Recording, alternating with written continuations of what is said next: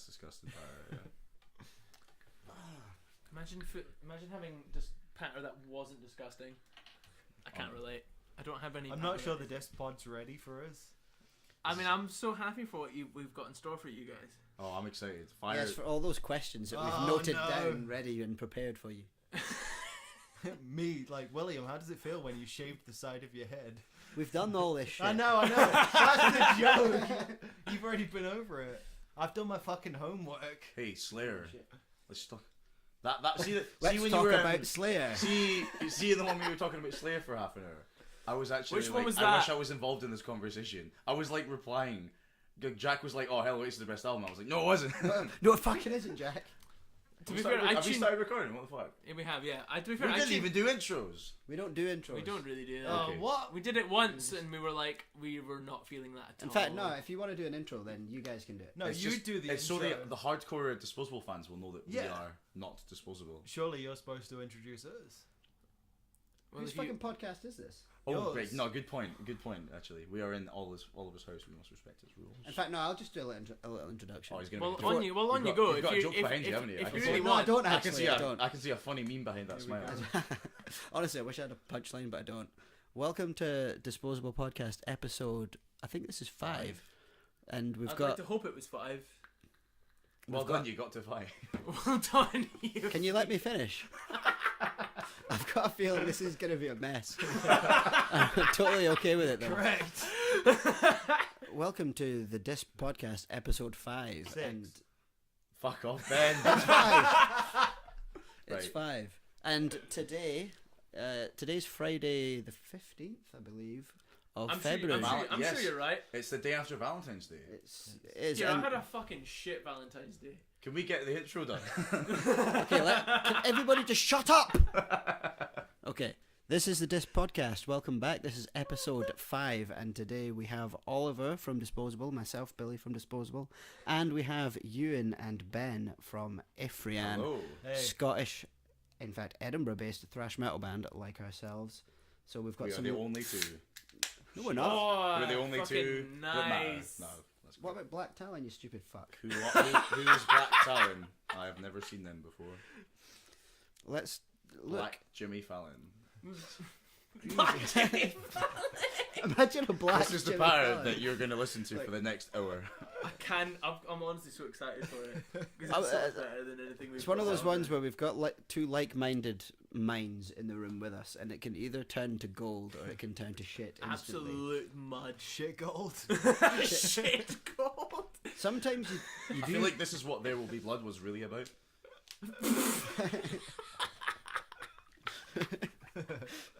Oh dear. So yeah, we've got a couple of like-minded people in the room with us from Yes. an underground Scottish metal band. Yeah, I'm looking forward to this. William's favourite metal. Williams River Metal. Oh, the underground. kinds. Underground. Yes, metal. because we listen to your podcast Yeah, we do. regularly. Thanks. You guys were talking a bit about how you had some feedback about the podcast. Shall we just get into that now? Shall we And just then get it that we Right, know? okay. Me and Oliver can. Let's actually get enjoy it out now ourselves. so that we're very awkward for the rest of the interview. No, William no, secretly no. hates us. It's more so me and Oliver can try and, if we know at the start of this episode, then we can try and introduce these things I'm throughout. actually confused. Unless it's like dog's abuse. No, you're I'm about to give us. confused. Like, are you William or Billy? Well, my birth Yeah, I know. certificate says No, William. of course. But are You can gonna call be... me Billy. Right. To be okay, fair, cool. my flatmate got a friend request from you, and he was like, "I got a friend request from William Robertson." I was like, "Who the fuck is that?" Yeah, I had to check because I've been listening to the podcast. I'm like, who's Billy? And I was Yeah. like, Billy's. And then I was like, went on like I was like, oh, okay, that must be William then? I'm a bit of an enigma of nicknames. Remember when Toastman was a thing? Yeah. Oh my name- god, I missed those days so much, man. When I first added you, I was like, Toastman. I was like, right, there's clearly some very high level god tier patter that I'm not a high enough level to unlock yet. So I'm gonna like swoop my way in and say, hey, William Toastman, Oh, nice man, to see, meet you. during like the Arbiter days when Jack Davenport was like, "Who the fuck is William Toastman?" And I was like, "Let me sit you down and tell you of the legend remember of we- William The Toastman." legend of Toastman. I done this incredible interview with. With Doomsday Report. Was it no?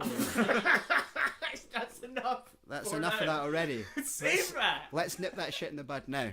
No, at the time when my name was William Toastman on Facebook, I'd done this interview with this guy, and it was one of these ones you go back and forth, like with messages as opposed to actually speaking. And at no point did he clarify whether Toastman was my real name or not. And he was kind of doing this thing when he typed it up, where it's like for like I don't know, official purposes or whatever, he was then just referring by surname. So, like, you know, if you were writing about yourself, you'd say, my name's Euan Henderson. And if someone was writing about you, they would maybe just say Henderson or Sanders or something. You know, Sanders went on to say this. But he didn't clarify whether Toastman was my real surname or not. So for this whole interview that was typed up, it was like, Toastman went on to say this. Mr. Toastman went on to say that. Mr. And I was Toastman. like, fuck, we can't share that. Absolutely. It's so bad. So I had to message Please him and bring like- this interview back up. I was like, Please this was- find it. No, I sent him a message and he edited it. Oh, that's a Oh, damn shit. shame. Every like disposable interview from now on, I'm just gonna pretend it says Toastman. Because I was like, oh, You and Toastman. Have a little chuckle to myself. I think he sent it to me just to read over to make sure that we were okay with it. And I was like, everything's perfect, but my surname's not actually Toastman. We should maybe change Everything's that. perfect except one massive detail. But I just thought it was hilarious. Yeah, it was Toastman weird. was incredible. See, when you changed it back from Toastman to your actual name, it was like, well... People deleted me because of it. Do you remember when I was you in Airbourne Henderson? Or did any of you Yeah, I remember? remember that. I think I was that I when think you that was first started before me. my time. Basically, I just really liked Airbourne when I was about 14, and I was just... It used to be, right, this is really embarrassing, and I'm really ashamed to admit this, but my name used to be Euan Grinder Henderson, and it's not after the gay dating app, it was after the Judas Priest song. But I didn't know that the gay dating app existed, so everyone was just like, Euan, do you bumper grind? And I was like, well, if you see my name, you know the answer. But then when I realised I had to change it, instead of thinking, how about I just have my normal fucking name, I decided to put the Vandals into the most because I was 13. What else are you supposed to do? So you think there should be like a... So how old were you when it was dating app? Grinder? 11, which is scary or something. I mean, Yeah, But Grindr wasn't that's around when pretty you were like- frightening how old to are you? me. how old am I? I don't know. Well, we're looking at nearly 10 years ago, right? Something along those lines, yeah. Was Grinder about then? I don't know. All I'm thinking I mean, about people now... made fun of me regardless, so... we just need a dating app called Toastman. Toaster with like Toast the man. it's toast. You can like win a chance to like have a date with the actual Toastman. No, you've got a certain amount of time to reply, or then the other person gets to burn you. 'Cause that's how a toaster works, right? Clever. You have to like watch it like a fucking hawk. So you've got like a countdown-esque timer thing Or it for could you be... to reply in time, Yeah, or else you allowed to get burnt. It by could the be other like person. my toaster. Like you put it in, 20 seconds later it sets on fire, and that does that every single time. I fucking hate my toaster. Yeah, same. Can we just talk about toasters for the rest of the day? My toaster in the house, right, is the amount of time it's set to just pop up is like just before it's done. So you then have to press Put it it down in again again. for like 5 to 10 seconds, and it's honestly within a second it can be burnt. You're like My- walking on a razor's edge. Aye, Yeah, no it's toaster toast. is perfect. It's so like, fucking stressful. if you leave, I think the toaster I've got now is the closest to perfect as I'm ever gonna get. Whereas the last toaster I got, if I left it for like a full like a cycle, and it would pop up, and I'd be like, well, that's not enough. Put it down for more. Go back, burnt the fuck. There And seems I'd to be be a like, recurring "That's only theme my with fault." toasters here. That if you put in a toaster for one full run, it's not enough. Put it in for another, it is overdone. No, but But my... you I think can set it. You any can set it toaster yourself, makers are though. listening now. Please fix your toasters because we're sick of this problem. mine isn't even... Mine's on the lowest setting. Aye. And you put it down for 20 Wait, your seconds. toaster has settings. And it, Yeah, you, this well, is you the turn thing that I dial- had to Much go like through as any well. actual normal you, toaster. you turn the dial My down. toaster's fucked. I think No. my toaster's from the 40s. You think yours is fucked? I turn mine down to the lowest setting and it sets on fire within 20 seconds. Every single time. Mine's does the Get a same. new toaster. There I was need like- to get a new So toaster. there was this one time that me and my mum, and it was like pretty. It was like, yeah, we like set our toaster on fire, and like not soon before that, we'd set like the whole house on fire or something like that, and the whole. Just something like that. Not like Something that's like that. memorable enough. I like how you set the toaster on fire after the house was on fire. It was a dark You were time. just like, well, the whole house is burnt Anything. down except this toaster. So, like, Toasters Might as well survive. set that So on like fire the toaster too. was on fire. I get home from school or something. My mom comes up to me and goes like, "I may have set the toaster on fire." And I go into like the kitchen and the toaster is on fire, like flames and shit. And I'm like, "What the fuck? What What caused this house fire? Oh, we'll keep the one thing that didn't burn. I didn't ask. I just went, oh shit, and put it outside, and the toaster You picked stayed... up the on-fire toaster. Hey man, you do anything for your mother. Anyway, so like, I picked it up, put it outside, and then it stayed outside for like 2 weeks, and people would just come around to the house and go, why is that toaster outside? And I go, please don't ask. Please just don't raise attention to the toaster that just lives outside my back garden. My toaster does this thing where, like, if you push the cancel button, you can see the electricity inside it. Button. Yeah, I've got a magic toaster. At least it's like a lever that you can pull to bring the toast up. I've got. Did you say cancer button? Cancel button. That's what I thought. Yes, toaster I like doesn't have a toaster cancer with button. Extra cancer. I know. I've got the cancel button. Cancerous as well. toast. Yeah, but when you push it, you can see the electricity totally. inside of it just going. Yeah, and I'm going. That's so fucking dangerous. Do you ever dig into yours with a knife? You shouldn't do That's that. the one I thing that used you to do should that, have and then been somebody was taught like, "Do long you ago." want to die?" And I was like, 50-50. I remember when I was. They were like, "Stop that!" I've got Okay. I've got electrocution or fire on my hands. I know. It was just like, Which way's more cool? Yeah, which way's electrocution. I more feel. lit? that's a good question. If you were to die, would you die by fire or electricity? Well, I feel like electricity would kill you instantly, so definitely electricity. Does electricity actually kill you instantly? I feel like if it's enough to kill you, it will kill you instantly. Oh, shit yourself. I mean, I've heard like an electric shock that's like pretty severe to the point where it was like, But this is like your preferred way to die. But I think what I'm saying is that if electricity is ever high enough a voltage to kill you, you will die instantly. Whereas fire will always kill you quite slowly compared to, for how fucking sore it is. You seem to know a lot about this. I was in a fire once. Have My you been toaster. electrically shook? Don't ask. I just get burned in my band so much, I'm just used to the feeling by now. Ooh. See, in band It's not practice, the we same don't as even being- play music. Ian just fucking rips into me, and it's really upsetting. I can't imagine Ian ripping into anyone. He just Ian seems like rips a nice into guy. me. Oh my god, Ian- he's listening to this right now, and he's fucking giggling. Honestly, He Yeah. seems like I'm such a glad- lovely guy, though. no, he's an He seems so arsehole. nice. Nah, he's lovely. He's lovely. I honestly think Ian's lovely. I've rate him very highly as a guy. He's got the voice of such a severe death angel. And he's such I a- meet him and Severe he's Death like, Angel is. You've got a very non-severe actual life angel. When, But, when I asked him to join the band, like I said to him, basically, can you sound like Rob Dukes, who was the Exodus singer at the time? Because I just really liked Rob Dukes, and I really liked that era Exodus, and I thought, if you sound like him, you've got it. And that's kind of what he went for. So I guess Aye. that's like what I've always recognised him as a singer. But when I listen to Unearthly that just came out, you can I really don't associate him with any other singers anymore. I just think he's got his own voice and he's created it and it's Definitely. him. I hear that and I immediately know who it is, and I picture his face because I obviously hear that voice every day. Well, I wish I heard it. He has got I a don't see him distinct enough. voice, and it's not like his. I think he obviously varies between the two kind of styles that he does. One's like the kind of gruffer, screamier stuff, Yeah. like the aggressives, and then he's got like his high, kind of witchery-esque sort of high screams. And I think the tones and the accent of his voice comes through quite a lot in both, which is good. It doesn't begin to really sound just like a vocalist. I suppose if you don't know Ian, then you don't know that. But Yeah. when you know him, I think he does well at maintaining the sound of his own voice and his singing.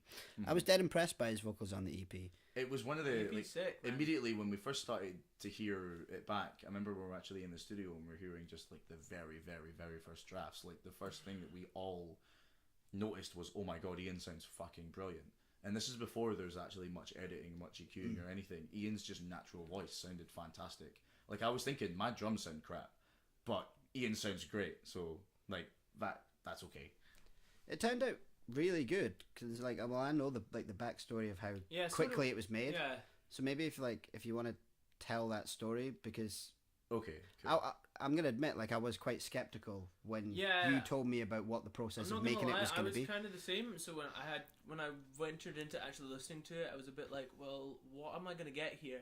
And then I got slammed in the face with goodness. Thank you and I so was much. like, well, okay, here we go. Well, And it's not like the dude that was recording you, because I know that it was Ramage, right? Yeah, Ramage. Yeah, and all this stuff sounds great, but it's because I knew that you had very limited amount of time to. Basically, what it was do is it. when we did Metal to the Masses in 2018, we came second out of like the entire competition, and the reward for that was a free 4-track recording. I don't know why 4-track was like that. That was very specific for some reason.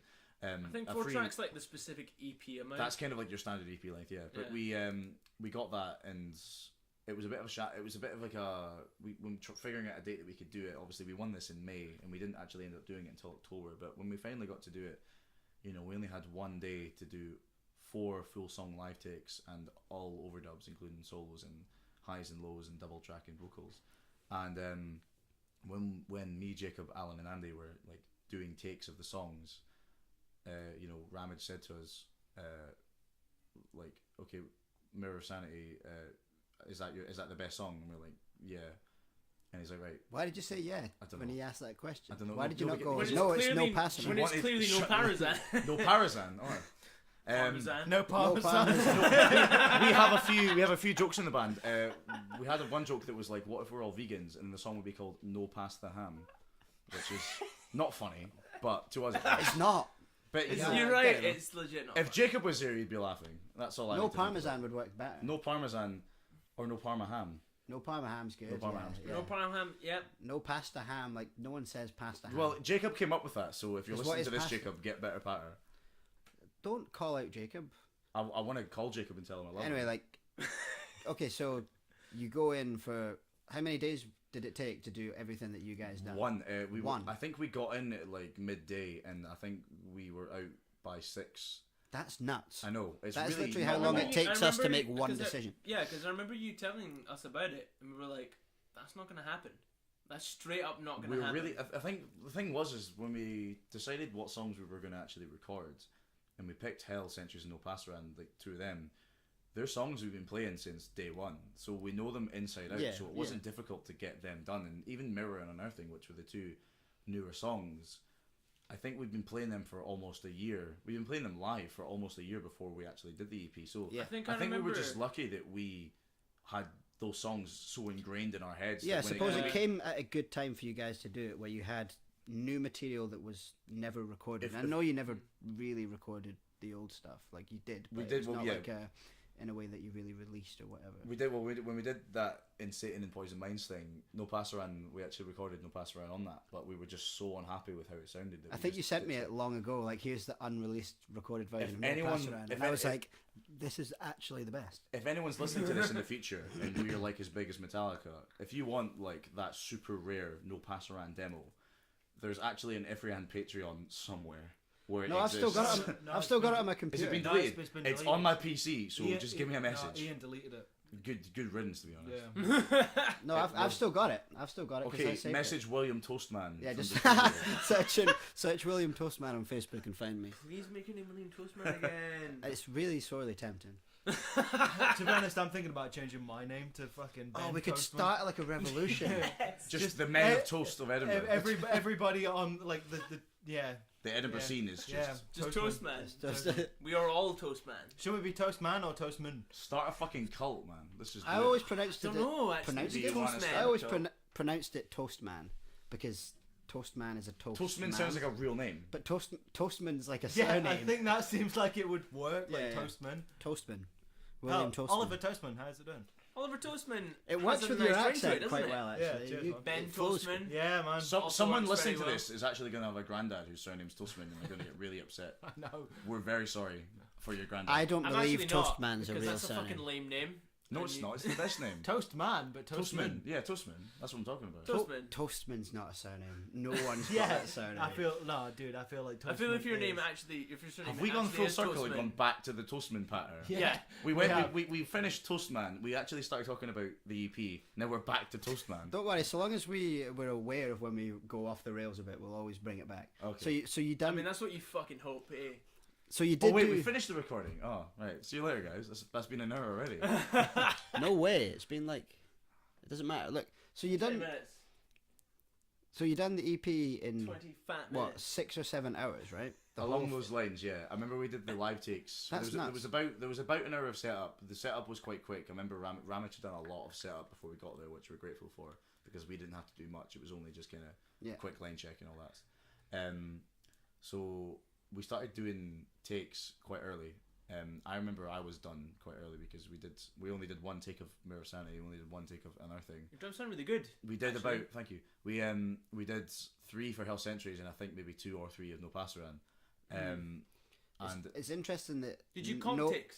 No Passaran and Hell Century just like the older ones, I love that. By the sounds of it, actually took you more tries to get. I think that was because we were far more excited about Mirror and Unearthing, and those were the songs that were in our heads the most. But Unearthing and Hells and No Past kind of got chucked out. So yeah. But the reason for that was because Ramage wanted to film them, so it was like the take that was actually used was the take that was filmed, and I think the GoPros only had a certain amount of battery life, so it was kind of like we have to do it in this one take. Which I mean, I would have liked to have gone and done a couple others, but it sounds like you guys are saying it sounds great, and we appreciate that, and I do think it sounds great. So I'm really happy with how it sounds. It's that perfect sort of mix of like it sounds good on a very sort of like audio level, but it's got that rawness. Well. It's got that rawness that like the old school thrash that those songs are kind of needs. You certainly don't listen to it and think that that was recorded in one take by everyone. Oh, honestly, there's you no don't, way you don't think that. You would never guess that. Nah. Well, that's really much appreciated because we were. I remember playing the drums, knowing fuck, this is the one take I have to get it right, and I was that's nuts. really crapping myself. That's pressure, man. I remember Hell Centuries. You know how Hell Centuries starts with a drum solo. I play that different every time, and that the time I played it that ended up on the EP, I thought was shit. It was naff. So like when you see me play that live, it'll sound a lot better. But I remember just thinking like, for the same with Mirror, I was like, oh my god, like I'm gonna fuck up and that's gonna be stuck. Do you think that's one of those things though, that because you know that it's something that you do different every time, and you feel like you've done it better in the past, that like it's pretty much all in your head that people are going to listen to that and go, oh, that's naff, because how many people definitely do you think? No, because we get the same kind of thing where like something that's unreleased and no one's heard yet can still be old to the people in the band. So like as you were saying, like you were playing Mirror and Unearthly for like a year before all this, where it's like this is brand new material to most people. Well, so we get this thing where we throughout the process, like you become attached to things, and if they change, you're acting like people are gonna give a faintest fuck when actually no one has heard it to know the two versions. You're exactly right, and we suck badly at that. Because with No Passaran and Hell Centuries, to me specifically, they're old as fuck, and me and Ian and Jacob are like kind of not tired of them, but you know we've played them so many times, and it's not as exciting to play them as it is to play the new stuff. Ground. But we just released the EP, and I've been asking people like, "What's your favorite song?" And so many people say No Passaran and Hell Centuries, and it's like good fucking educated people. No way, because we've been playing them for years, and to us they're like old, but to everyone else, I forget that to everyone else they're new. So we really need to get them back in the set list, which is exactly what we're planning on doing. The way I look at your EP, right, is because I know that Hell Centuries and No Passaran are like the two old ones, and Unearthly and Mirror are like the new ones. It's quite easy for me to look at them as like two different halves of like a football match or something. So like, I think that Mirror and Unearthly are like technically better songs. Yeah, I agree. So I think they're written and crafted better from a higher standard of musicality. We were better musicians individually and together at the time when we wrote them. But there's something about the simple catchiness of Hell Centuries and No Passaran that I think works really well for them. So like when you're listening to the EP, you're going through like this little journey, is like almost as though the music itself is simplifying. You're not dipping in any intensity. It's just like the technicality level kind of fades away in favour of like just this catchy goodness. That was completely unintentional, but it's good that things like that have came out of it, because we would never have guessed that. But the fact that you've noticed that and other people probably have as well is really cool. You find yourself doing that anyway. It's just kind of like, well, these are like the two pretty technical ones, and these are the two catchy ones. It kind of makes sense to kind of put them together a little bit. It's definitely, it's like, I mean, from somebody who's like stepped in, like it's something's happened. Like the band evolution, you can see absolutely for knowing tracks that aren't recorded yet that are going to be later on recorded. Yeah. They're catchier songs than the original ones. I think Poison Minds that's like a pretty catchy tune. Yeah, Poison Minds. Poison Minds and In Satan We Trust, because they were both in the same thing. They both have that really great old school catchiness, like that you get from like Among the Living tunes. Where like there's fat, chunky riffs, but like the choruses you can totally sing along to. You know, your Cry for the Indians and stuff. Yeah. Poison Minds, like In Satan We Trust in particular, like that verse riff, that is one of the catchiest. I didn't write that, so I can say this. I think that's one of the catchiest riffs ever. It's so catchy. When you guys, I'm not gonna agree, because it is. It really fucking is. It's class. What sprung out to me is like when you guys began existing in the live setting, like enough for me to go and see you regularly, was like IFREANN a really catchy band. Thanks, man. That's like really that. nice. Those first 4 tunes that you bashed out, is that Poison Minds, Hell Centuries, In Satan We Trust, and No Pass Around? Yeah. Is that the first 4 that you wrote? So those are the first 4 out of the original set list we played. It was those them are the and 2 4 that covers still exist. No, it was 2 songs that were ours. It was a song called Born and a song called Humanity, but they've since been ditched just because they weren't that good. But those 4 that you just mentioned, they are the 4 older songs that like you can trace back to when we started. Yeah. Like, so from your like original sets, you're hitting like 4 out of the park out of 6 tune sets. You usually play in like half an hour, which is like the standard length you'll probably get for like most of your gigs at this level, right? Unless you're obviously headlining and stuff. So to have 4 that are like super hooky, catchy tunes right off the bat, I think a lot of people were like, "Oh, that's gnarly as fuck." Like that was you guys were really noticeably a catchy band, and Ian done this thing where he smiled regularly on stage. That's because he's just generally so excited. Like he loves being on stage. It doesn't sound like that big of a deal, but I've seen so many bands where you're getting 0 smiles throughout, and I'm not saying every band should go up on stage and smile their heart out and look dead happy and cheesy. Jacob smiles like when I looked at the footage of us playing no gigs. Oh, we'll like, bring Jacob's up the too. we'll bring up the controversial Jacob The smiling controversial interview. Oh, No review, or whatever it was. I remember that. But before we do, like, yeah, okay, we'll get there. obviously Ian was like a very energetic, happy looking guy on stage. He would just look like he was just so chuffed to be on stage, and that's why it was class. And I thought that was really good because obviously when you play your first gigs or whatever, you can kind of be under pressure to look kind of cool or whatever. Yeah, I know, like, it got this sounds high lame, but expectation like of what you... in your head, like you are kind of thinking about it to some You're degree. thinking about like the image that you want to present to other people. Whereas like Ian, considering he's a frontman and he's just a frontman vocalist, like he's basically flying the flag for what your eyes are drawn to. He's for the first most part thing of your most set. people will see. Yeah. And it never came across to me like he was trying to be this super cool frontman guy. It was always came across as like he was dead natural and just having fun and smiley.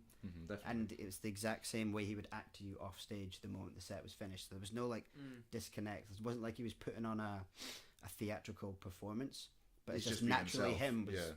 Was enough. I think more that's than just enough. Ian though, isn't it?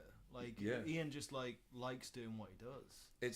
It's really brilliant. Like I'm totally gonna just like suck him up for a minute here. But when he I hope he doesn't mind me saying this, but when he first auditioned for IFREANN, he told me later that he almost didn't show up because he was that nervous about it. That's and nuts. even like our first practices, he was so shy. He was so introverted. He seems like a really he's shy a cutie. guy. But since he is a cutie. He's a cutie. He is a cutie. Absolute cutie When pie. we look at our first gig and then we look at the gigs recently, he's grown so much, and he's totally come into his own. And I'm so proud of him as a pal and as a member of his band. He's genuinely doing fantastic, and I don't think IFREANN would be IFREANN without him. Please don't leave Ian. Nah. He's got such a good voice. He does. When the high bits come in and Price of our obedience. is that another thing? Yeah, the best bit in the entire song. When that bit chops in, like I was listening to Unearthly's the second track on the EP, right? So Mirror of Sanity finishes, and I'm like, holy shit, that was pretty fucking gnarly, right? Man. And then Unearthly starts, and I'm like, oh, I know this one. I kind of recognize it from the live set. That was whatever. one of the first songs you recognised before the EP was even out. And I was like, bang, for some reason it never hit me in the face as to that him doing that high bit live or whatever, or maybe just was looking at somebody else. I know what you mean, listening at something. But when it's like right there and you're just purely listening to the music, I was like, holy shit, that's some high fucking notes that he's hitting right there, Honestly, confidently. Yeah. He's got such a Rob Halford energy about him. He's brilliant. Like both eras of Rob Halford, when he got like really like low and aggressive, to when he was like really high and Yeah. just sort of like, oh fuck, he does it so well. It's class. I'm jelly. But see, I'm this really is jelly. Yeah, this is what we're saying. We're all throwing out like different names of people who he sounds like. He just has his own thing that He does actually. you can You're never totally say. You can right. never say, "Oh, Ian, he sounds like them." You know, because he just doesn't. He just sounds like Ian. You can take little bits where it's like, "Oh, I can see a little bit of influence from this guy." You do get the impression that he does just do it, and he doesn't really think too much about what he's doing. He's just kind of going Yeah. like, But it's that's interesting here how we you- go. But I And think it just that- sounds sick, and it's like, oh, I think that's one of Ian's things though, because like Yeah. I spoke to Ian a lot from my background. Like Ian's really into like metalcore and stuff. But yeah. he also really likes power metal. That's Yeah. where Mm. Ian's highs come from, his love of power metal. Absolutely. But yeah. his mids come from his love of like metalcore.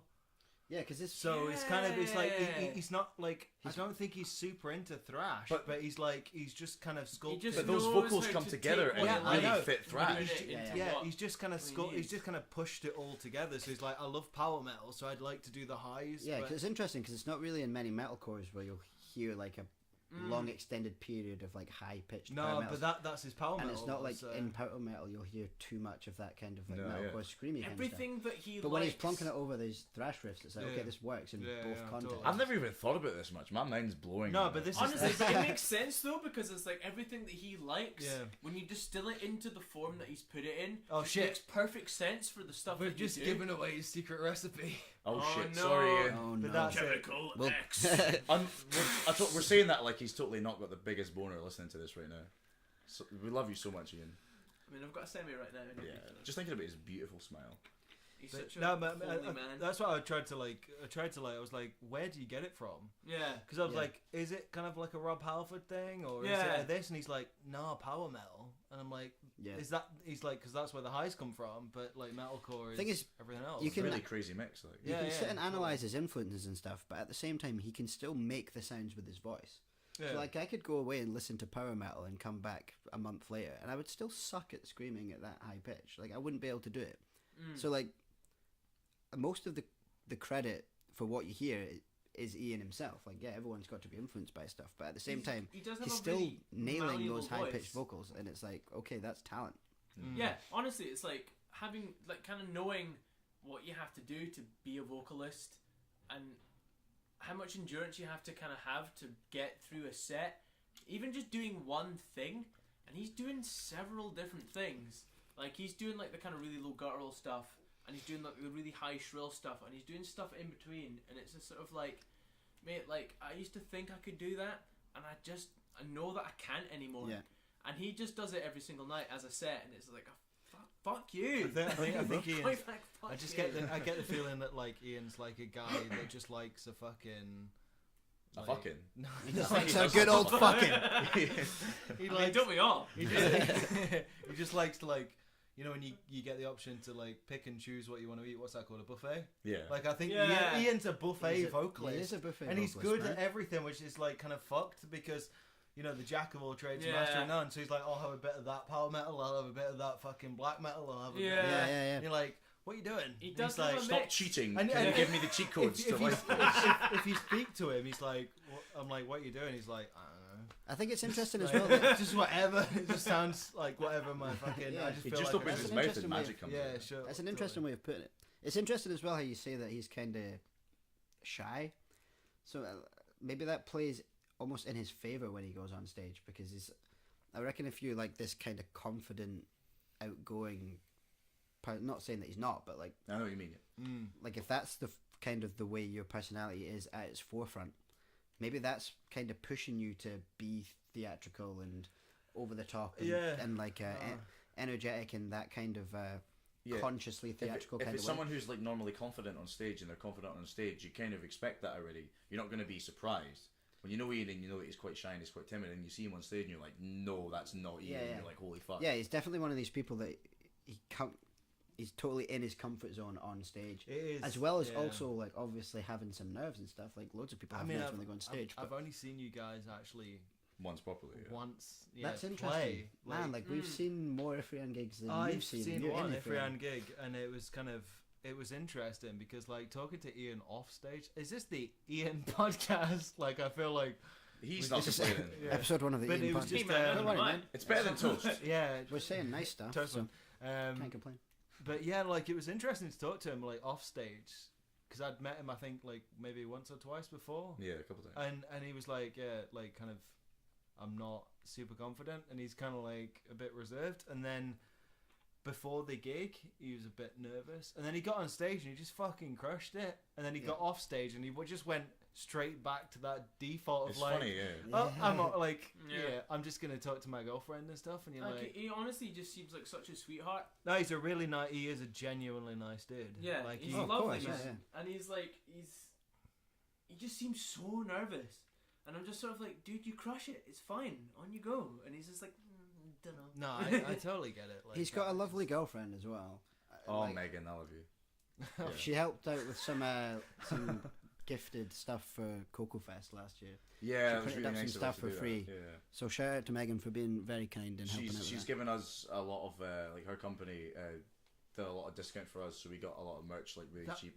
So we really appreciate that. The baseball t-shirts we just No, did, I was yeah. gonna say like Billy actually that was the Cocofest that I actually came to. That was the Yeah, first that time I was ever the- saw you guys Our- play. it nice, was- yeah. it's Oh, at really? this Was current- it the first time you saw it? Yeah, yeah. At the totally. moment of our recording, it was That's our recent last as well, gig. man. Yeah. You were sat by the door. I didn't even recognise you because you shaved the sides off. Yeah, yeah. And I was like, and then I turned around and Euan's like, yeah, Billy's on the door, and I'm like, who's Is he? Billy? And The he's fuck like, is oh, that? the bass player and singer from Disposable. And I looked at him, and he looked at me back. I was like, so it fucking is. It's him. Cocofest was like putting an energetic dog in a cage and then putting him in the middle of a field of other dogs that are Yeah. playing and then just kind of watching. It was crazy. It was such a good gig, though. The Cocofest gigs was were awesome, class. and I'm so proud of how they turned out. It was and we it raised was some amazing killer because bucks. of how good it was for Colin. Obviously, it was Yeah, really lovely yeah, to do yeah. Colin. But even aside from that, it was just a brilliant gig. It felt Like- like it just felt like a house party to me. It was fantastic. Didn't help the Everybody was fact just. that I got so fucking fried that it might as well have felt like a house party for me. But honestly, did, man, because everyone was so sound to the point where it was like it didn't matter. I think it was interesting how that community vibe was very, very much obvious there. Yeah. And the community vibe at gigs in Edinburgh is usually quite prominent. I would It's say. I pretty good. definitely see it more in Edinburgh than other cities for sure. But it was interesting how much it was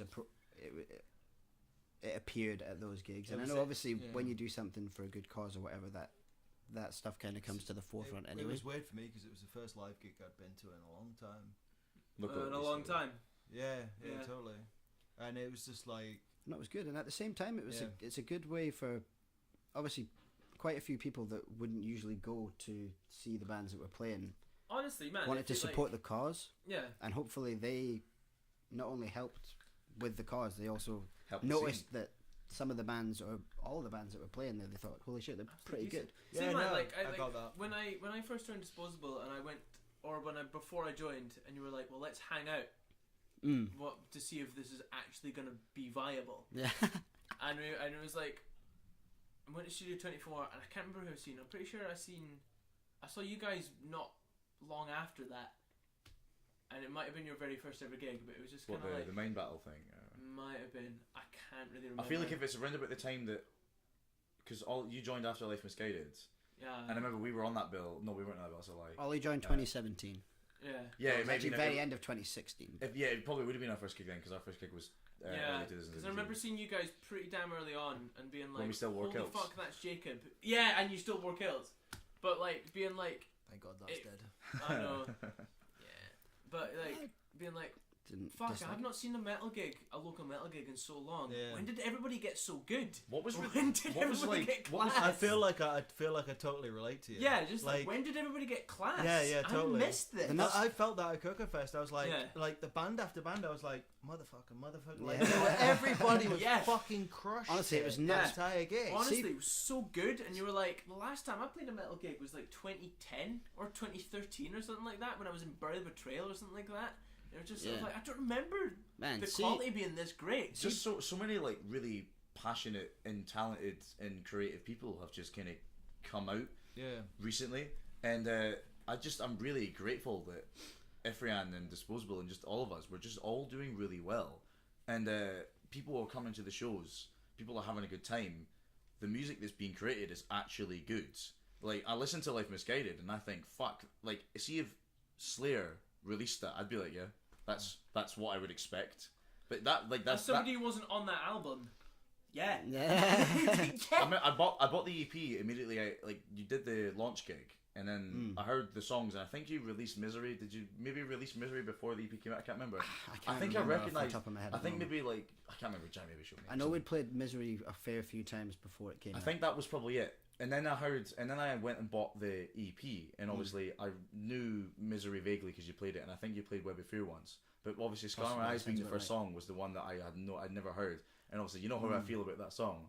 And the first time I heard that, you quite like it. I do quite like it. You think it's alright? Is that the one you recommended to that guy the other night? You were like, "Well, My Eyes is the best song that's ever been recorded by an Edinburgh metal band." It's the best song that's been recorded by a band ever. All right, okay. Sorry, that's from the band chat. Sorry, pop up. Here, I was like, because Scar My Eyes is a band. Oh, right. Okay, right, okay. and I was like, oh, Scar My Eyes, are they a band? So now Euan's saying, like, Scar My Eyes is the Disposable song. I'm like, oh, so you literally said that was the best song ever recorded. Yeah, because that's the facts. There you go. That's some inside data. That's some IFREANN information for you guys. The thing about that, right, information. That praise is so high, I can't take it seriously. Like, obviously, I No, appreciate it's it when you say 100% that. serious every time. But It's obviously became a meme, but it's also still true. No, it's no meme. It's like, Oh, It became a meme like between when I four. when I come behind you and say like "Scar My Eyes" really inappropriately and out of nowhere, like obviously that's part of the joke. But legit, I listen to that song all the time and it's so good. I Thanks, really man. like that Thanks. song. I like it too. I remember being dead proud of it when That me was and the Andy first wrote song it. I learned when I learned. Yeah. No, it was Misery, and then it was Scar My Eyes. Misery, because you were like, Misery's pish easy, you can learn that. And I was like, That'll be why it was one of the. okay. It's really nice when they tell you that, isn't it? They're like, this song's really easy, and you're like, is it? And they're It's like, really easy on the drums 'cause you just play fast. drummer's telling you it's easy, and you're like, got it.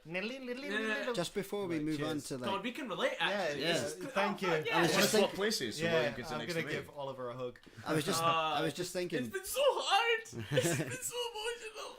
I can't handle this. But yeah, and Scar My Eyes was like the second one, and I was like, I fucking hate this one. And you were like, it's fine. I was like, no, I hate this. Just to get back to the point of what you were saying about learning songs, Yeah. just to get it back to the point where we wanted to go, we've got the Lost Society gig. I've been in the band 2 months. Here's 6 songs, write 5 guitar solos.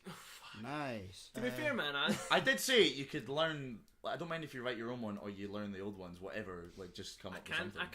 I can't really relate, because if people like do some guitar solos, I'll just do whatever the fuck I want, and people are like, that's shit, and I'll be like, well, that's what you're getting. Yeah, Fuck yeah. off. I don't know. We'll Yeah, I see hate what when you happens do at the Lost Society gig. Who gives a fuck? I feel like Oliver would just give me a hug afterwards. Yeah. And be like, you Mate, tried, bro. like, see when you start shredding, I'll be right at the front, and I'll be like, fucking yes, You'll brother. be doing the grind finger You at do what 2 you want. max. You know. Honestly, I don't give a fuck what you do. Don't give We're a shit. super Just like, excited to see yes. the new lineup. It's gonna I'm be cool. honestly super excited to see buzzed. the new lineup. I've not even seen it. Well, let's Have you been at band practice with your eyes shut? Yeah, I'm too busy paying attention to Ian's fat ass to actually notice what Hey. you're playing. Fat in a good way. What about Ben's fat ass? Yeah, come on. You face me, so I can't actually look at I it. do. I'm gonna Let's- stare him down. so let's talk about the transitional period of Yeah. IFREANN lineups, because you. Oh, that's a fun topic. So obviously when you, it's weird An because emotional pat. I'm gonna need it, Ben. Thanks. no, it's because it's interesting that the EPs just came out, right? And then that was Alan and Andy that were on. Yeah, there, right? it's funny because our cover that's photo almost- it's is almost- still them at the moment Yeah, yeah, at time of recording. Right. Let the man speak. Sorry. So it's almost like no, it's fine. I quite like when all the voices come in because I Yeah. just know that people listen. I get confused listening to the podcast. I'm like, everybody's talking. Who is it? We just need to pan it properly. Shush. So obviously, like it's interesting that that was almost like a farewell from them. So like it came out and then they're gone. Well, they told us that, like, you know, when we found out that they were going to leave, when we had the conversation that they were going to leave, this was actually before we even recorded it. So when we were actually recording, we knew, fuck, this is like the last thing we're going to do with them. There's this, and then there's like one more gig. Yeah, even we knew that. It was definitely it was a very emotional thing because Alan and Andy, Alan was in the band from our very first gig. It's Alan, Yeah. and then our last gig. So to me, like, every single IFREANN gig ever has had Alan in it, And it was Indeed, yeah. very, very, very emotional. It was really fucking. I remember me, Ian, and Jacob all sat together. Alan sent us the message, and then that evening we all met up, and we were just like sitting with like our faces in our hands the whole time, like, what are we gonna do? Because we knew we were gonna move forward, obviously, but it wasn't gonna be easy. But I'm really happy. Like, Ben and Alina, I'm so happy that they're both in the band. I think Ben's attitude is so much better than like mine, and I thought I had like a pretty good attitude towards music. Ben is like, fuck, I need to like do more what he's doing. He's given me so much good advice since he joined the band. Well, it's always nice to have someone that is your pal first and foremost, but you also look up to in terms as an inspiration. We'd known each other because we've been at college. We've been at college since like, 2016. Yeah, it was a good solid like year we'd known each other. I knew you before IFREANN played the gig, which is quite. And then obviously we would never have guessed that you would end up joining, which is crazy. Apparently, very similar story with Oliver, because he used to come to our very, very first gigs, like way back in the day, like kids gigs and stuff. Oliver was always one of the faces that was there. That's cool. So we always talk about how it's weird that he's now. It's so fucking weird to me to be in Disposable, and I'm like, I look at like Billy, and I'm just hanging out with him, and I was like, when the fuck did you become my pal? When did we become literally best friends? Yeah, honestly, man. It was like when I first heard you. Disposable, I never thought that like I'd be playing drums with you one day. Just even for that one gig, I was like, that's never gonna happen. Don't bring it back to Disposable. What is this? The Disposable Podcast? Oh shit! Fuck. Oh yeah, this is IFREANN special. Yeah. So getting back to like sorry that transitional period. So Cocofest was your last gig with that lineup, right? Because I remember afterwards that was sad. We were taking like a pick, and it was like our last pick together, kind of thing. Yeah, I remember that. That was emotional. I was sad. That was a sad time for all. Yeah.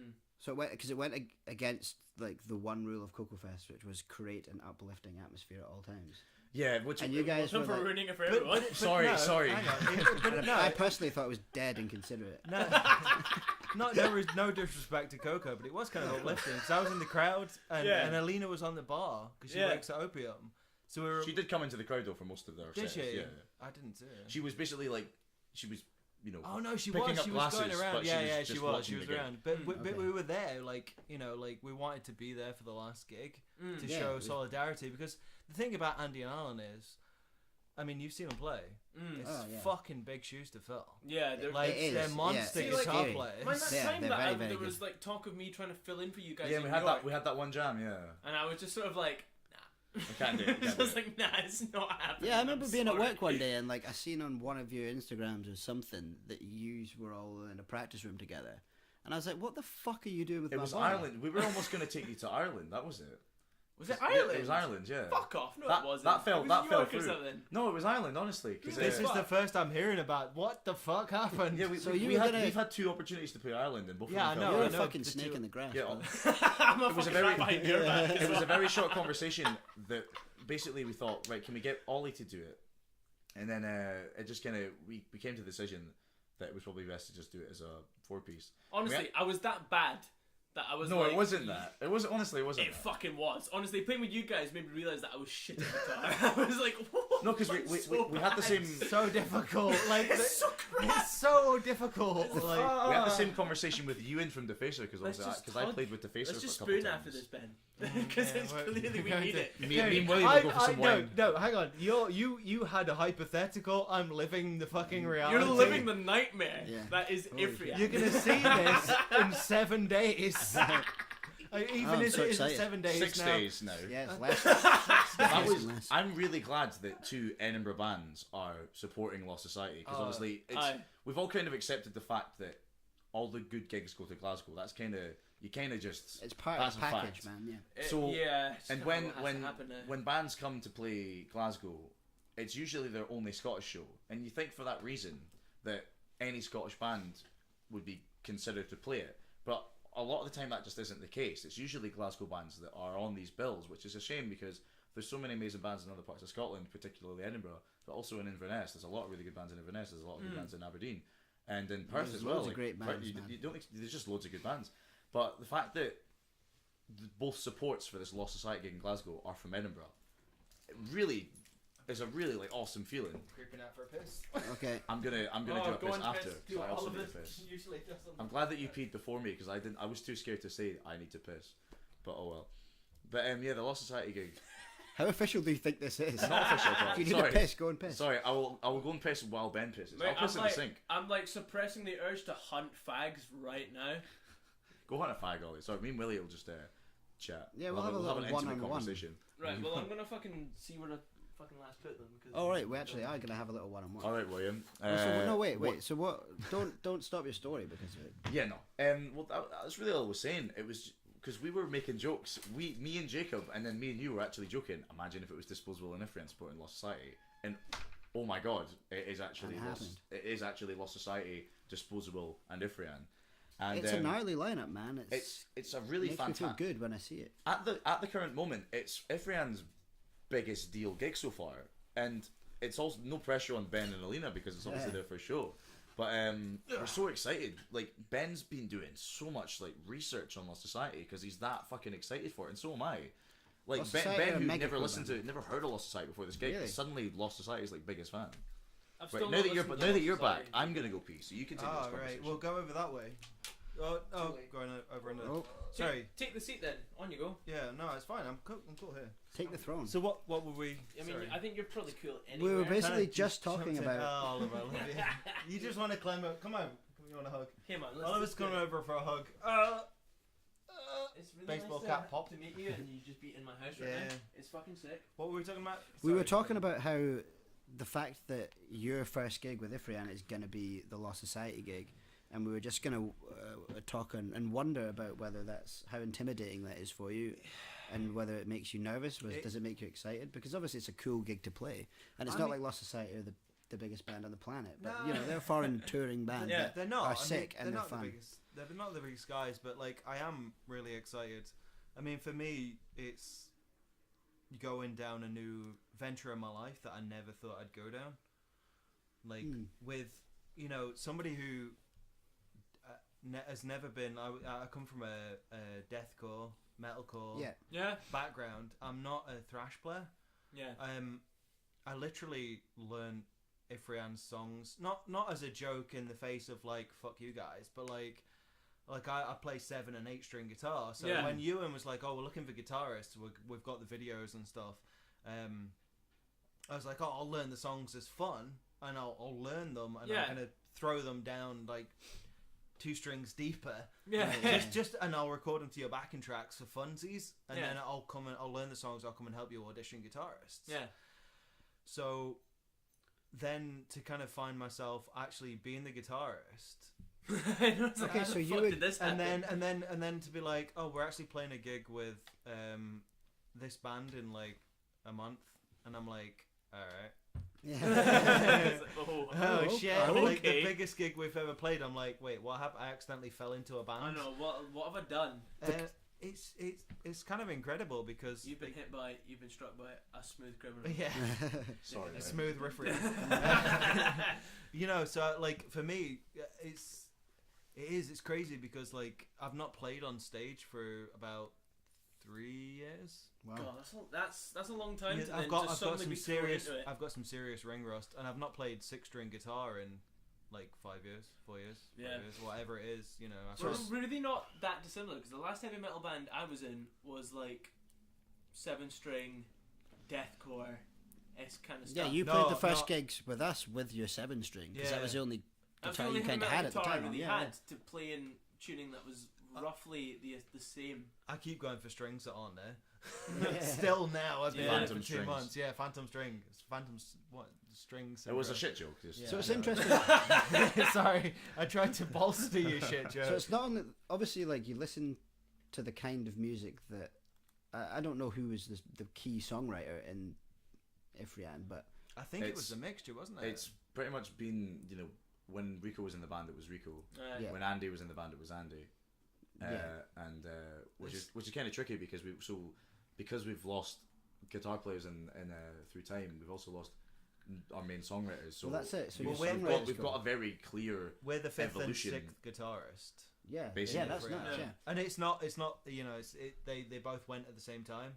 So Yeah. we've just been overhauled by 2 other guitar. You know, like we're 2 new guitarists completely. It's not like we've lost one member. Are you then quite excited to then start trying to riff and write with IFREANN and try and slap an identity yeah. on for yourself? Well, we've already started. What we're not gonna. I'm not surprised that you have, to be honest. We'll not give too because- much away, but before actually you even like pretty much as soon as you were in IFREANN, you'd sent me this. No, you it wrote this wasn't. song. It wasn't. Was before. it before you actually no, joined the it band? was. It was before you ever said you can join because you were doing auditions. Yeah. And it was 2 weeks into learning the first song. I wrote an entire full song with dual harmony guitar And solos. it's pretty fantastic. I'm And really looking forward to I getting was to play like, it. there you go. Because he was like, Euan said, bring some riffs. Like, you're going to try out for the band. He was Aye. like, bring some riffs. I was like, fuck you, I'm going to do one better. And I Bring brought it up. in- Here's a whole fucking song. It's a song done. It's nearly, it's not quite start to end, but it's about Aye. 90%. That'll be like done. Ben's Ravenous, just like Yeah. It's Ravenous That's is. not even a joke, eh? Really Pretty much pleased. is, I'm like- like I The love similarities here are just. We are the same band. Good. Like it's not even. We The- pretty much are, eh? It's class. It's But almost like so we sick. copy you in everything you do. But it's cool Let's for just not tell anyone that. it's cool for you because obviously you coming from like a metalcore, deathcore kind of background to then playing. You in, like- know, sir. You've seen my old into, band like- play. I'm sure I have. My son is dead, man. Let's not. Best band of all time. Nah, they were. I did actually like them. Let's not go down the He rabbit doesn't hole of what I remember. do and don't remember before I get dead embarrassed and also look like a dick. But like, I'm gonna try. obviously, you're coming from that kind of stuff into a thrash band, so it's not only is it like kind of intimidating when you join somebody else's band and then you're learning the old material. Also, for your writing style, are you gonna be writing stuff in a style that you're not used to writing? Yeah, do I've you- never played thrash. Do you in my feel life. like you've overhauled yourself so much? Yeah. 'Cause I feel like I've done 100%, that, and I now don't 100%. really know how to get back. We ruined The you. thing is, like, I kind of, it's like. That's a warning for you. No, but for me, I mean, I've got my guitars set up around Right. the room, and then, my 8-string is always like peering at me. So, like, I pick it up and I'm like, play it, and I'm like, this feels like home. But now it feels Right. so low compared to the tuning we're in, Aye. where it With- used to feel like really high. Right. Drop F for me Yeah. was like, it's a bit too high because I was saving up to buy a 9-string before I joined IFREANN. Jesus Oh, you Christ. cheeky little. How many cheeky little how bugger. many bloody strings does one need? It just depends. 9. I don't have any strings. Yeah, I just you've play got, drums. no, you've got 4 strings. You've got a But bass. you've got the strings on the bottom of your. snare. Unless yeah. you, oh yeah. I mean, There's it's- like 8 of those. Aye, we're on the same. I never. There you go. I never. Finally, something we have in common. I know. But it has. I mean, it's been a Busted by your own logic. hoisted by your own petard. No, I You can't. I fucking can't. played Like, yourself, is what you did. I can't question you like complaining about What the lack of fuck's a strings we have in it. petard, by the way? What? What's a petard? I don't know. It Does just any sounds fucking great. know? I just like pretended I found it funny. Hoisted by your own petard. I don't know, but that's I a say that very- all the time, and Yeah, no. I don't know what a Sounded petard like is. Captain Picard, but petard. No, I don't know. Retard. Whoa. Okay. Hoisted by your own retard. So your ability to to extinguish fires, to slow something down. All right, that's not IFREANN because everything's played at 240, even though it should be at 190. I'm so sorry. Right, so okay, getting back to the topic there. We went off on petard there for a while. Billy's like, yeah, we need to bring it back. Like, come on. I noticed it going haywire again there. Where's your It happens. where's your putard? So obviously, so how difficult was it for you to learn the old stuff? And I'm presuming that the stuff that Andy wrote, like Unearthly and Oh, Mirror of that was- Sanity, do you wanna are peek- Are they those- more do you- difficult for do you? you really Mirror wanna- Rico's, but- Do you want to peek behind the Are they curtain? Rico songs? Yeah. Are we Well, peek- Mirror was a very Oh. joint effort, and everything Okay. was pretty Let's- much mostly Rico. Let's peek behind the curtain. Let's not Okay. peek behind anything. Apparently, Are we Wait. peeking behind the curtain? Peek So, behind the so curtain. what's Andy wrote? What did Andy No. write? They're not. There's nothing recorded. It's just stuff that Ah, we've been playing live now. So, okay. so like we are in talks of our next EP already. Oh, okay. Okay, so I There's always nothing like what are we hiding here. Like we took. Well, it makes sense. Our man. Like, modesty. you've got 2 new members, and you've got like fresh blood now, and it's like Well, the thing. they're gonna want to actually stamp some identity on what they're part of. The now, thinking. so- The thinking is that there's the songs that Andy brought to the band that are IFREANN songs that haven't been recorded. Which are fucking They're great. They're amazing. fantastic. But we To be honest, really, like, genuinely are great. knowing Andy songs. as a guitar when player, we're having these there's conversations, They no are. doubt. when we're talking about what we're doing, we're like, let's get them on an EP, Yeah. So that EP is like the Andy era IFREANN tunes on an EP. Yeah. So then when we do an album after that, it's 100% us and this new sound that we've crafted with totally. Ben and Alina. Okay, so you're now talking about doing an EP of Andy's songs with the new lineup without Andy. I know, but think about Wow. it this way: Andy and Alan's EP was all Rico songs without Rico. It's fucked, Yeah, mate. yeah, It's so honestly it's- your wrong. guitar players are Now like that you 2 mention behind it, you're all the time. totally right. You're gonna quit. I'm and gonna then the write next an EP is album gonna be all your worth. tunes. I'm gonna write an album You're worth gonna of songs, you're and gonna- you're gonna play You're it gonna all of quit, it. and I'm gonna have to come in because no There's one no other else really guitarists. knows at least half of the songs, and I at least know a quarter, and that's it. And I'm gonna be like, oh right, well, no Parmesan, I like that one. No Parmesan. Let's not go back to the no parmesan puns, please. I need to bring it back. Nah, It's come like full it's circle. like a riff. It needs to come back. An ostinato joke. Ugh. But yeah, I mean, sorry, Billy. I feel like your question got totally steamrolled. It's alright, I'm gonna keep just just putting keep them it out going. there. Hammering it in. Just bring it back. Riff it, bro. It's Bring like it back. that thing where one person talks and then someone talks Yeah, louder, yeah, and then yeah. it just That's why podcasts are great with London's two people. burning. London's There's burning. Get the water. Okay, so how difficult for you was it learning the old stuff? It's not old stuff, but like Everything, like learning all of IFREANN stuff has been a massive departure from everything I've done. Yeah. Because I think with the stuff I was working on before, it was kind of moderately paced tempo with a lot of melody and things like that. Are we the same person? This is so Yeah, I know. I'm like, bruh, like when I'm writing my solo stuff, like on an 8-string, it's like, yeah, let's do it like fucking 110. You know, Yeah. if Rianne's like, let's do it at 220, it's like, what the fuck? You know, it's like all tremolo picking and shit. So it's been a massive game changer, and it's not that I don't like thrash, but I've never been into thrash personally. Yeah. You know, Yeah. like Totally. I mean, you know, I know the classic Slayer, I know Yeah, of the course, yeah, classic, you know, Metallica, I know the classic Megadeth, but it's not like a style I ever found myself kind of gravitating towards. So I'm getting to the stage now where I'm like, well, trying to educate myself, which is kind of where the Lost Society stuff comes in. Yeah, It's like, yeah. let's go for it. I mean, it's going to be interesting, like, for you to educate yourself on this style of music that is essentially an old 80s style It of is, music. yeah, Something and you've not actually dabbled in You yet. know, it's kind of like I find myself, my musical tastes are. You were talking on a couple podcasts ago about like an underground music and stuff, and I'm kind of that way. Yeah. Like I like, you know, like if you guys have heard like Within the Ruins or Delusions of Grandeur, and you know, like bands that you know, like Within the Ruins are a bit bigger now, but you know, it's not a band that's going to sell out a stadium, No, of course, or yeah. anything like that. But it's kind of like the technical gent Yeah. style that I'm kind of into, you know. Yeah, that's cool. So it's going to be cool to see what kind of stuff you guys come up with. I mean, Because IFREANN, essentially, at least to my ears, is a very thrashy With band. me, Like, IFREANN has your always roots been are- like a classic thrash metal band, but with really, really modern, tight sensibilities. That's pretty much exactly what I've been describing yeah, IFREANN and as I for think- the past 3 years. I think Wow, did I just fucking nail it? Yeah, Yeah. you basically, Wow, so it's in a you sentence. basically got it, and I think that's the way it's going to be moving forward. Is I can't write old school thrash because I'm not from an old school thrash Of course, background. Yeah. So Jacob and I can though. yeah, and we're gonna yeah, still yeah. do that, You guys are like Euan brings me riffs, and I'm like, Yeah. that's really cool, but let's like kind of move the key a little bit. I think Aye, it was it's with just the sort of new like- song. Yeah, we I were totally doing. get the riff that you want me to play, but at the same time, I have to play that, so I'm going to Yeah, play it the way yeah, that I'm going to play that. and as I say, we've just been like working on a new song that Euan wrote, and it's Yeah. like this is what we're doing. So I was like, this picking pattern's way cooler than what you've just come in with. It's like, Yeah. Yeah, it's it's like, and A I'm drummer like, writing riffs doesn't understand Yeah. that some things aren't possible. Yeah. for human hands to Yeah, do. yeah. let's do buka Hey, man, buka imagine buka then a again, buka. guitarist writing take- drums, man. Take Like, every slam band where it's just, and it's like I don't think anyone can actually play that. To be honestly, honest with you. yeah, totally.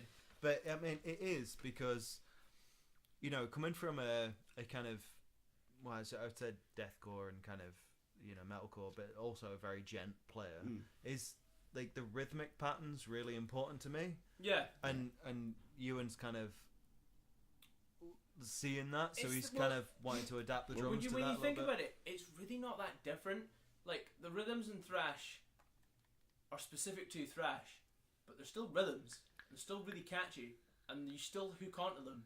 Like when we saw like Decapitated live, I mean they're not thrash, but they're like death metal, and they've got like a good mix of everything. They've got a really good groove to them. It's the same. Aye. The And kind it's of like they've got like a whole like a mix of everything you would want. Like they've got like the kind of like the proto-gent kind of thing, and then they've got like the kind of old school thrash kind of thing, and it's like it's all rhythm. It's all rhythm. Yeah. Well, it was the same. It was the same with Euan today because he's never been a big. I'm a huge Parkway Drive fan, and he's not a huge Parkway Drive fan. But I showed him Sleepwalker, and there's a kind of a middle Have you not heard section. Sleepwalker yet? Right. Okay. There was a kind of what let would you? me defend myself. No, hang on. Just before you jump into it, what was the section? It was like a Buka section. It was a different. Was it? It was not a different song though. No, it was Sleepwalker, was it not? No, it was the one where the. Oh, was that we watched the Deliver live- Me? Yeah, we're like halfway through the song, it turns into like that bit in Imperium by Machine Head where it starts going into like.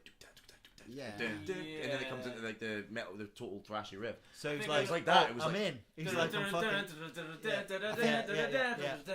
I think he was me saying and that. Ewan have got a very similar, just unashamed lust for that when that booga booga kicks in. when It that comes, boot camp comes in, I'm hooked. and it comes from just being at the very basis of your DNA, a thrash fan. I will always be a thrasher. And I'm kind of Like- not. 100%, I listen to loads of different stuff, like all sorts of metal subgenres, and I don't. It's almost like I don't mind what the riff sounds like or what kind of style it's in.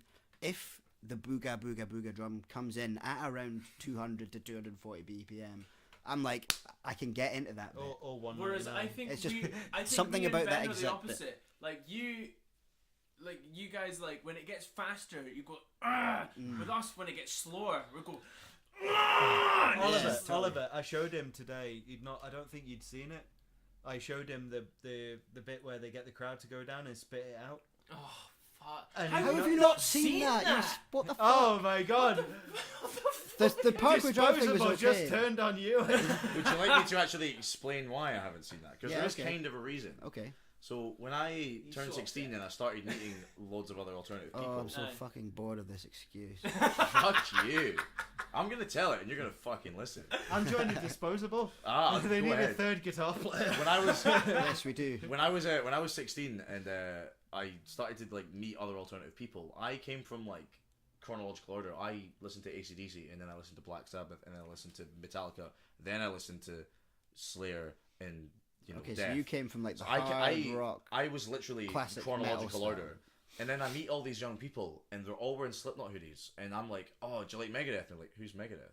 So I just associated Slipknot. Slipknot just became this bad That name. makes complete I had sense. no- because Yeah. I had nothing against their music. Kind of hated Slipknot, but also like the people who loved Slipknot loved them. The people who hated them really. I really never hated disliked their music. I never even really listened to it that much. It's just the fact that everybody loved Slipknot, but nobody knew who Slayer were. Really bugged me when I was 16 years old. So for that reason, Yeah. Yeah, the didn't- stresses took of me, a teenage It took me mind till I can was like be- 19 to actually think, okay, let's actually listen to Slipknot, see what the fuss is about. And I'm like, oh, that's why they were all wearing Slipknot hoodies. Understandable. Yeah. now. But he says this about getting into old music. The first metal band that got me properly into metal was Prong. Interesting. Oh, eh? I went Prong, new metal, and then went backwards. See, Okay, yeah. I'm totally fucked because like, I think I remember specifically remembering to listening to like Piracy by Iron Maiden, thinking this is the heaviest thing ever. This is after like this was before, like because you spied the Van Halen CDs. That was like Do that you was like a bit of Van Halen? To be like honest? that was after I thought Van Halen were the heaviest band ever, and then my dad was like, "Oh, you like the fucking growly music, guy?" And I was like, "A wee bit." Showed me like Slipknot, and I was like, "Oh, you fuck, that's mental." Then he showed me Opeth, and then I was like, I didn't listen to anything else apart from Opeth. And I didn't listen. I honestly like Opeth and Dream Theater were the only two bands I listened to like for like 3 years, and I didn't listen to anything apart from then Fall Out Boy. Like yeah. literally, I didn't listen to any other metal bands apart from Dream Theater and Opeth, and then Fall Out Boy I listened to, and I was like, well, I like this as well. I had the same. I went to pop punk after like the heaviest of metals. Yeah. So I was, I really started to discover death metal when I, was about 16, 17. I did that about the same time. And then when I Yeah. turned 18, I went back and listened to Enema of the State, and I was like, pop punk's just better than metal when you think about it. When No. you think about it, When you think about it, actually is Pop punk's so much incredibly- better. No. And then I discovered ska, and everything just changed. It's, no, it's I disagree I've not entirely gotten with to what that point, that sentence Scott. is. You'll get there. Trust me. No, I get you. Like, apart from Gainesville Rock City by Les and Jake, which is one of the best tunes ever written. He's correct. But I mean, like Sell It by Real Big Fish. Real Big Fish is is an incredible song, but it's not really true ska, is it though? Well, Is it it's really? third wave ska, and it's kind of like it's like old school metal and new metal. It's like what the old fans will say, "Oh, the new stuff shit," but then you actually listen to the new stuff and you think, can you actually come up with a proper argument as to why this is bad? Third wave ska just took sort of the attitude of punk and the energy of punk I think, with the sort yeah. of flow of ska. Totally. And If there was any wave of ska that I would really, really attribute some likage to, would be third wave same, ska. it's third wave ska that It'd I probably listen be to. first wave and third wave. I don't really know what second wave. Second ska wave's like is. Madness. Ah, nah, no thanks. Not Ah, for well, me. there you go then. I worked at UB40 at Usher Hall, and it was one of the worst fucking shifts ever. That sounds fun. It was just like they're doing like a 3-song encore, and it's like, are you doing Red Red Wine 3 times? What the fuck? What the fuck? Awful. I had like a granny come up to me and go, "Any guy needs some liquor," and I was like, "Are you real? Are you a real person?" Ska fans are just holograms, man. Just holograms. She just turned to the side They're and all fucking just turned all into something grimace. else. It's just not real. Wait a minute, have you seen Red Dwarf? Of course I've seen Red Oh, Dwarf. wow. Everybody's seen Red Dwarf. That's the next topic Yeah! of this. No, we need to do that on another podcast. We I really feel. do, because What were we talking about before? Me, apparently. Fuck Me you. joining the band. Anyway, back to it me. always goes back to like what music Alright, do you okay. like? Tags in this podcast are going to be fucked. Yeah. Ben 2, Yeah, Ben too. 3. Yeah, I know. It's gonna be I'm difficult. so excited It's all for good. that, because that's you have to deal with it. All right, so obviously we've talked about you, but obviously you have another guitar player that is new as well. Should we talk Obviously about she's Alina? not- Sorry, I didn't just mean me. I meant sorry. no, I I'm should not- have I said the don't- new guitarist. I'm not calling you out as like Right. Ben hasn't shut up about Ben the whole fucking Yeah, no. podcast. It's all Ben. Ben 1 and Ben 2. No, but I mean like Of course I know him. Me He's living great. with me on a we ship. could get to Ben. We could get to Ben 10 and then Fuck the off. jokes could start. And then just the Ben 10 theme plays, and that's the end of the podcast. But obviously Alina as well, right? Yeah. You've got another new Yeah. guitar player. Alina. What's and her I- stylistic sort of? Alina and I were actually in a band together before she joined IFREANN. I played drums with her band, who are going to start playing live pretty soon. And one of the first things I noticed about playing with Alina is that she's a very creative guitar player, and her style was totally not what I expected it to be. It was the way she writes. There's a lot of like Pantera groove, but there's also a lot of like progressive kind of on the style of Gojira. You know, like every every like Gojira melody ever, how it's really spacey and weird. Yeah. You know Terra Inc., that like instrumental that they do live, like I like that, but with a Pantera drum beat behind it. That's like the kind of stuff that she goes Right. for. It's really Okay. cool.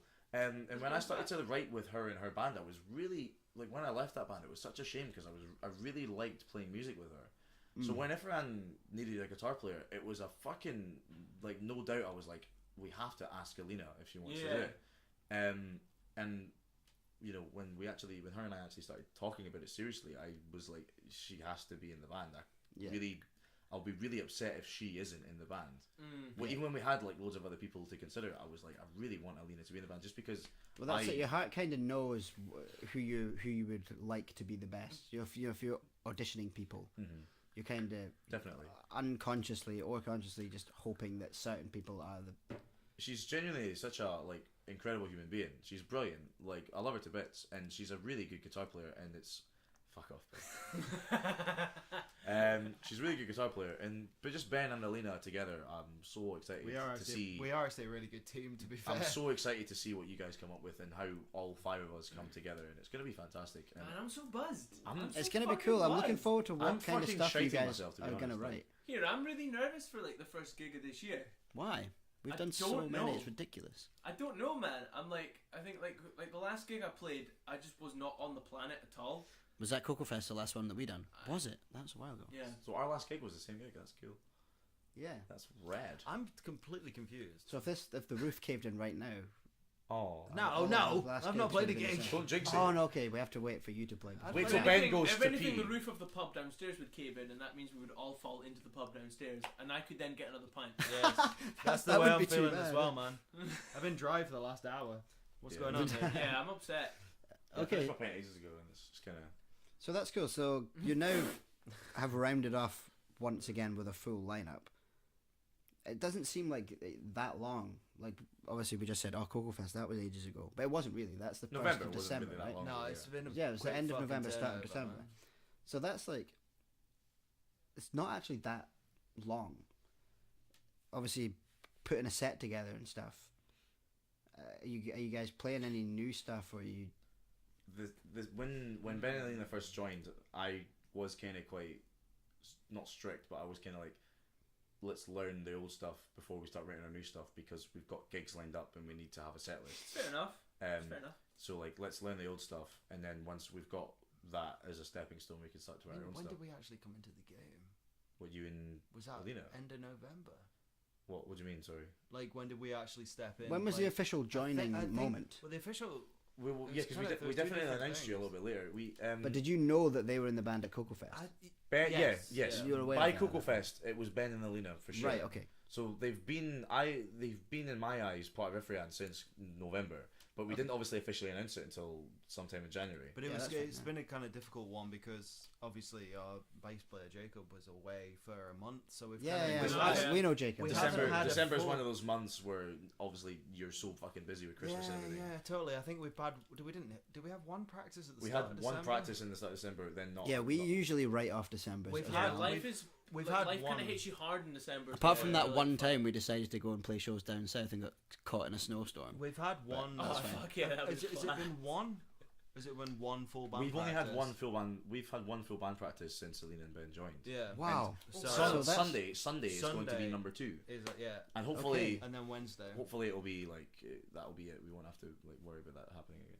Not Yeah. happening again. Sorry. No, I think Yeah, we've because got- Jacob went away, didn't he? Yeah. Yeah, he So, went to He New was Zealand, away yeah. for like the last month or so. And he Let's only just came back. let's put a pin in that before I get upset. Yeah, let's not badmouth Jacob. There's love him, reviews but- out there already that are doing that. Oh, shall we Okay, talk so about let's that? not punch him Yeah, while shall we we we're talk should about actually that? come Have back we to got that. time? Sorry, yeah. We'll Okay. go back. So, let's just round off the sort of Lost Society thing with a Okay. little shout out as to the gig itself. Okay. Yeah. I don't know If you've about stuck around this gig. long, then you might as well know what the fuck I'm we've been talking intrigued about. because like a lot of the stuff I've been left out of with is in regards to like the EP recording and stuff because I kind of came in on the tail end of that, you know. Yeah. So I'm interested. This review was one I found. Yeah. Oh yeah, fuck. Okay. Okay, so before we move on to the review, Okay. how long have we been recording for? We are at like an hour and 20 minutes. I feel Okay, like this so- is good chat though. This is good chat. It's So- been an hour and 20 minutes of pure killer. It's All killer, no filler. Can we just like rent this into like That's Fat Lip. an acapella fat lip? Shut up! Shut up! Well, Okay. I'm just going to shout out the Lost Society gig and the details, etc., Okay. etc. Lost Society are a Finnish thrash metal band. They're a youthful, energetic firebomb of a band. They're and they're coming amazing. over for their first ever Scottish and English UK headline tour. They seem very excited about it, and they've been very hospitable and kind They to the have support been. bands, which they've you don't been- often see that very They, much. they're one of the few bands Lovely. who Lovely are boys. on a big scale who do 110% every time, Yeah. and that's amazing. And They're they've mad done- cunts, They've and- done like a crazy like for every like just because I want to shout them out because I've been following them and learning Yeah. about them as well. Mm. Like I mean you guys can correct me if you're wrong because you guys have played more sets than us, or you know especially. We're me. often wrong anyway. But yeah. but the thing is like for a band that's kind of signed to Nuclear blast. Nuclear Blast, Yeah. I nearly said Earache. I was thinking Carcass there. Sorry, old school. Carcass are um, old. Yeah, but it's just Just in case you didn't fucking know that. they're still fucking good. Carcass hashtag They gold. are. They're incredible. Hashtag But my it's core, just hashtag gold. shut up. Oh, continue. Yeah, it's just the fact that they've on their platform they've actually taken every single support band, made a playlist, and they've Yeah. actually Yeah. like said these are the every single band with their Facebook page links. But to they're every young band we're dudes, playing right? with. So like, But who does that? Like, have Yeah, you ever who seen a band actually do does that? that? I've never seen a band do like, that. They did a video for each date, I and know they're like, they've "Come got to this gig." You've got and nearly 100,000 likes on Facebook. The- I mean, I know that's not the numbers that count, but it's the support. the and- way I see Lost Society, Yeah, right, is like they're young. yeah, Like they picked up their traction really young. They're probably about the same age as us, or thereabouts. They're kicking Yeah. mid I think 20s kind of Sammy, age, I think right? Sammy's the youngest one who's 23. The rest Yeah, of them so are like Sammy's 25, 23. 26. So they Okay. literally are the same Yeah, age as us. Yeah, totally. so like Which is we mental. obviously we talk about them as this more successful and bigger, more established band, which they are. yeah. But they're these youthful things that we're seeing them do, and we're going, oh, that's familiar to us as like Mhm. underground Yeah, bands. yeah, totally. It's not as weird as you might think, because that's just them doing the kind of things that people our age think is a good idea. Like, Yeah. because we grow up with social media and there's a youthful energy going on, and you want to make videos and you want to be proactive with stuff and you want to support these other bands or whatever. It's you know, you can go, oh, they're signed or whatever, and think, oh, they're gonna stop giving a fuck about all this other stuff. No. They're just young dudes. No, that are totally. Like I playing sharp understand. I music. understand what you're saying, but what I'm saying is they don't have to give a flying fuck about any of us. Well, that of are course they doing don't it. have to. Yeah. But the thing is, they are. So I really appreciate the fact that they're taking the time to be like, okay, we've got a bit more Absolutely. success. They're definitely So going to be in the crowd when we're playing. We'll step back and we'll be like, oh, look at these guys, like, you know. So I just find it really endearing to me myself, especially considering this is going to be my first gig. Yeah. Well, It's to see a band that has more success, you know, is in Yeah. the position that we all want to be in, who steps back and goes, check these guys and who out. still give a fuck. Yeah, And that's it, absolutely. because they're- it's really Because really people cool. lose it fucking quickly. Well, the you thing know? is, I think they see. It's kind of also fair enough that you do lose it quickly because you work so hard for it. I feel like it's like after a while you're kind of like you just get so tired. Well, I mean, I certainly don't hold it against bands that. Yeah, I Kind mean, of I don't forget hold about it again. that side of I'm not saying like it's maybe after a while it's completely fair enough. It's like I don't hold it against you. No. I mean, you've been working this hard for so long. It's like you're. No, I mean, any hard-working band. You're gonna be jaded. Yeah. It's like after a while. But that's the thing. It's not to take it away from bands that kind of lose it, that have managers or people Yeah. that deal with the Facebook page. But just a massive shout out to somebody that's like, Who "Fuck, still no, has it.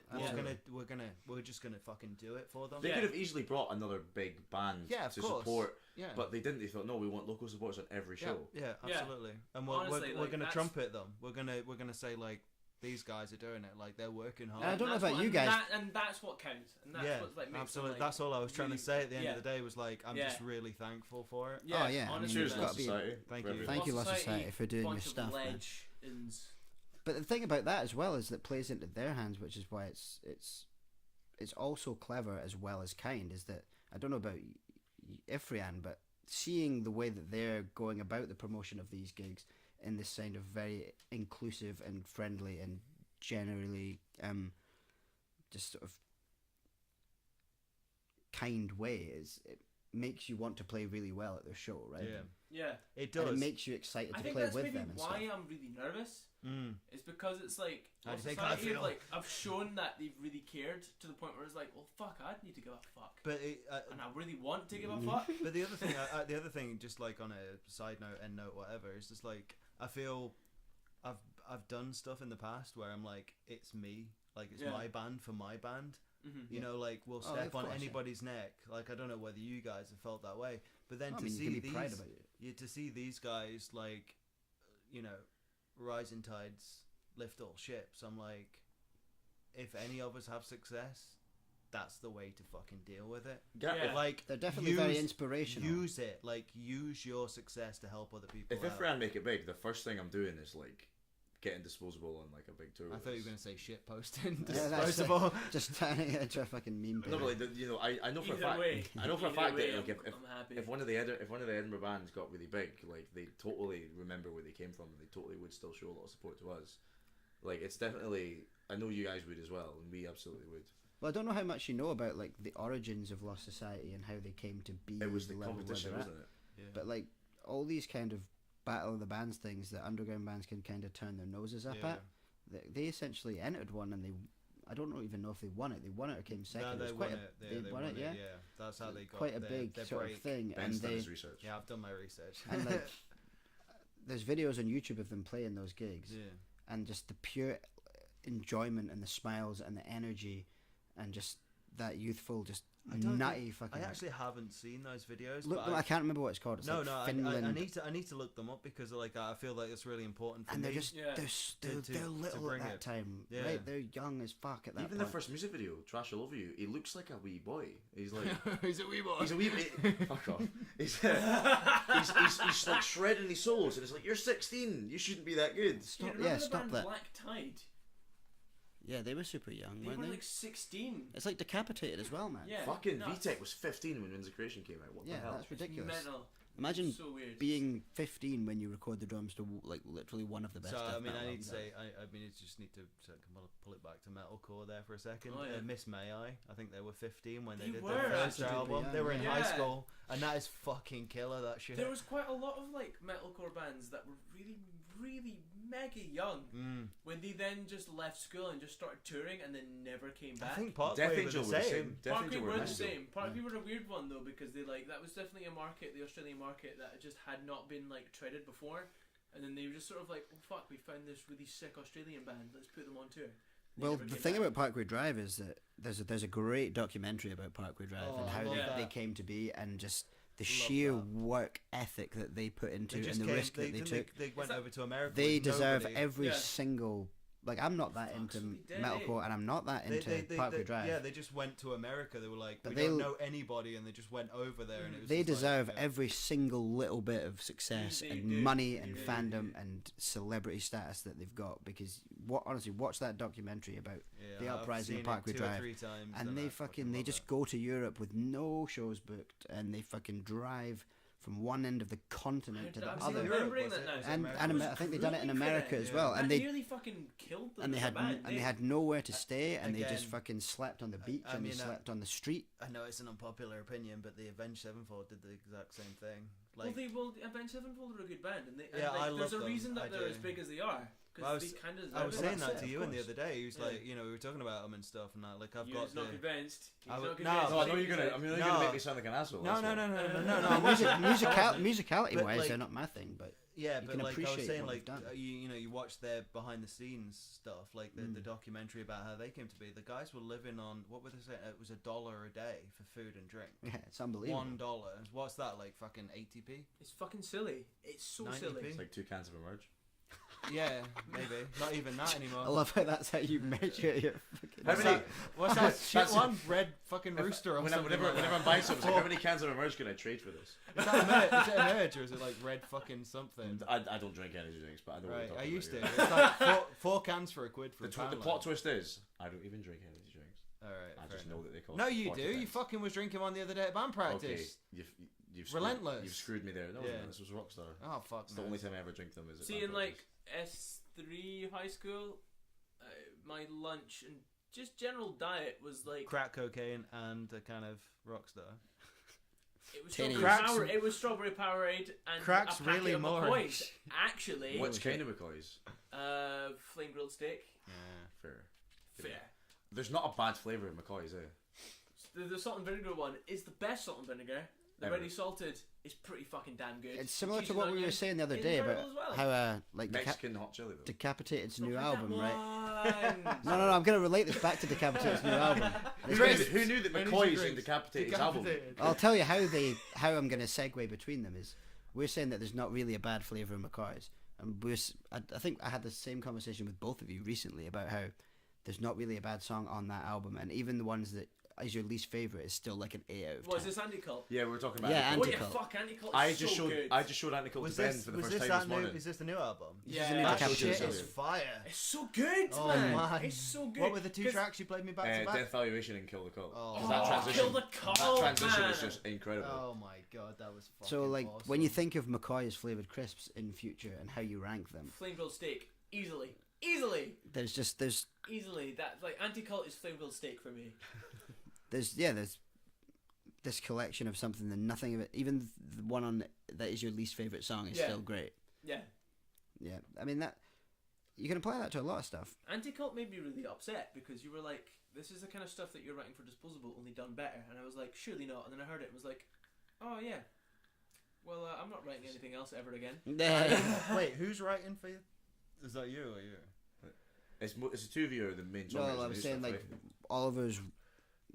Oliver's writing style is similar to kind of Anti-Cult. It's pretty much exactly the same. That's exactly what I said earlier. The first time I've never heard those 2 tracks before. I said to you, and I was like, that's actually very similar to my writing style. Why are we the same band? Why are you the same this is person getting to really me? fucking weird. Oh, I love this. Okay, so what I'll do is we'll quickly round out with some more Lost Society gig specific stuff, and then we'll tell the story about Jacob's review because that's quite funny, and then we'll. That's a nice note to end on. Okay, so if you intend on coming to the gig, it's on Thursday, the 21st of February 2019. Doors are at 7 or 6:30. No, doors are at 7, I think. I think doors are. It's only 3 bands, so probably 7. Okay, so we'll say 6:30 just in case, and if not, you'll be there. Come at 6:30, be keen. We'll chat to you. Come at 6:30. Meet Oliver. We've got Lost Society. Who are the same person now. Apparently, I've been throwing my voice. Yeah, You've got better tats, to be fair. we got Finnish thrashers, Lost Society, who are gnarly as fuck and are just going to be a total energy bomb, and it's just going to be ridiculous. And they're very lovely, kind, and supportive people. So please make it worth their while. And if you're swithering on coming to the gig, just consider it because it's quite cheap. It's like 14 quid. 14 for bucks. 14 quid for a nuclear blast artist. That doesn't happen very often. Earache artist. Oh Fuck no, that's off. Carcass. I mean, 14 quid for like a carcass for 14 quid. pretty big label artist with some pretty sick killer support. That's a good package. I mean, Yeah, you probably got like 2 of Edinburgh's like hardest working bands, I guess. Yeah. Not like I don't want to like toot our own horns, but like I do think that No, Disposable I don't think. have a No, very like I can, great I can, hard-working I can ethic. say that because like 'Cause you're new I've enough, never yeah. played like but I definitely think that it's 2 bands that It's definitely both complement each other hugely, It's- and I mean, as Definitely. a bill overall, it works really, really, really it well. fucking does. It's definitely You gonna can be do a- lot worse for 14 quid. a super thrash heavy show with every band kind of tapping into a different kind of aspect of the genre. Yeah, that's Like- that, no, definitely. Yeah. Like a lot, I love thrash to my very bitter grave, but sometimes three thrash bands in a row sometimes Yeah. can be like, oh, there's another one, you know. Wait till Math Thrash Fest. Man, Whereas like it's gonna kill you. that lineup to me, I think that's pretty gnarly and it's going to be cool. So it's like what, $14, 7 o'clock doors, IFREANN Disposable, Lost Society. It's at Audio in Glasgow, right? One of the great things about the audio as well is that there's no like green room that the bands can go hide in, so we're all going to be about and we're all going to be chatting. I don't think they were a band like that at all anyway. Yeah, Lost Society would totally come and chat to everyone. Like it's going to be a very welcoming atmosphere. Yeah. You can tell already just by the way they are and stuff. Mm. So yeah, it's going to be good, and it's a Thursday night. It's not a weekend, but Thursday's the At the best same time, weekday night though, isn't it? if you're going to pick a Thursday- weekday but night, I was Thursday. talking about this Right? with my flatmate. Thursday is the best night to sesh. Do you think so? I think so. Yeah, it's because quiet. work on Friday's fucking naff anyway, Yeah. Nobody actually works. and no on one's Friday. doing anything because they just can't wait for the Yeah, weekend. no real person anymore who's like below the age of 30 actually works on a Well, And there's only 3 bands, so it's not going to be a late Regularly, finish. anyway. We've got an assessment on Friday, which is pretty fun. Well, after the gig. Yeah, Yeah. that's gonna be fun. Yeah. Like- but you're students, so that doesn't count. Yeah, so it's not going to be a super duper late one if you don't want it to be. Everything's going to be okay. We all went to Decapitated on Wednesday just past. Finished at 10. It what finished the fuck? it finished I know, early it's doors. metal, wasn't We it? got a bus and a train back I had to extremely wait easily. till Cat House opened. Like, when does that ever happen? Oh my god. I went to like a pub and had a pint waiting for Catty to open. Like Oh, shit. that never happens at a gig. Well, honestly, like we were gonna wait for a bus, and I was like, well, I'm usually waiting for a bus. I might as well go to Sainsbury's if it's still open. Didn't even get a chance. Bus was in 3 minutes. I was like, oh yeah, fuck. Yeah, it's like we're going to catch the early one. I know. It's silly. I actually managed to get the train home that night, When is- Fucking hell. and That's an like, achievement. That's like me back by like midnight from Glasgow to Edinburgh, I did- which is yeah. weird at that time. I didn't even have to get a night bus back. Yeah, So I had to pay so £2 there's for the there's one not Sunday. there's not a ginormous if you're swithering on the matter, you can get home in time and be in bed by an acceptable time for work the next day. The- Trust me. The best thing about it as well is going to Lost Society as opposed to going to say Decapitated, like the Decapitated gig we went to, because that was 3 travelling bands. Yeah. If you go to Lost Society, you're obviously seeing a major label band, but you're still supporting the local scene by going because Disposable and IFREANN are supporting. Yeah, totally. And you're showing to if loads of people come to that gig and it's absolutely bouncing, you're proving to Glasgow promoters and to Glasgow based fans that the rest of Scotland have something to offer, especially Edinburgh, and that's a really good thing. And I think, yeah, as William said, if you're on the fence, just go, because it's going to be great. And it's still early on in the year, you know. There's no excuse not to. No one's had a shit year yet. Yeah. Or at least I hope not. I beg to differ. You Yeah, I did mean, different, if that's you- pretty bad. Yeah, that's it. You've got a gig with IFREANN I've coming got- up. Fucking hell. Funnily enough, it lands on the same day. I'm not sure. Oh wow. Yeah, That's a funny coincidence. yeah, isn't no, it? it is. And I was going to say, like, I can't actually speak for Ollie now, but I just feel like I can just read the vibe from that end of the room. That, like, if you want to meet me or Ollie for any reason, we'll be up the front during Lost Society, thrashing out to Riot and I Am the Yeah, Antidote. we're all going to be there. Yeah. And the antidote, man. Is that the one with like the silly shred for like so long? yeah. It's Yeah. got the song's so mid-paced, but the solos are so fast. I remember the first time I watched that, and they'd like dropped the flying V's, and they'd got like Shit, they've got like Ibanez in that. yeah, or something. No, he's And I was got like, okay, he's they got look the, a little bit different. He's got the ESPs, or is it the Yeah, but it's, no, it's like the ESPs, Ibanez yeah. looking one. Yeah, yeah. Looks like and like the Ibanez. song's a bit I'm a drummer. slower, but it's a lot slower. It's It's still like an total ESP drum. weight. Mhm. And I was like, yeah, this is fucking different. But there's I'm still digging songs this. like Rage Me Up and Hangover Activator on that album. Hangover Activator is fucking tune. They've but still got Riot, that old They've school. just got Riot a lot is of so ridiculous bouncy. songs, man. Like we're gonna be bouncing. Let's hope that Jacob doesn't get a bad review this time.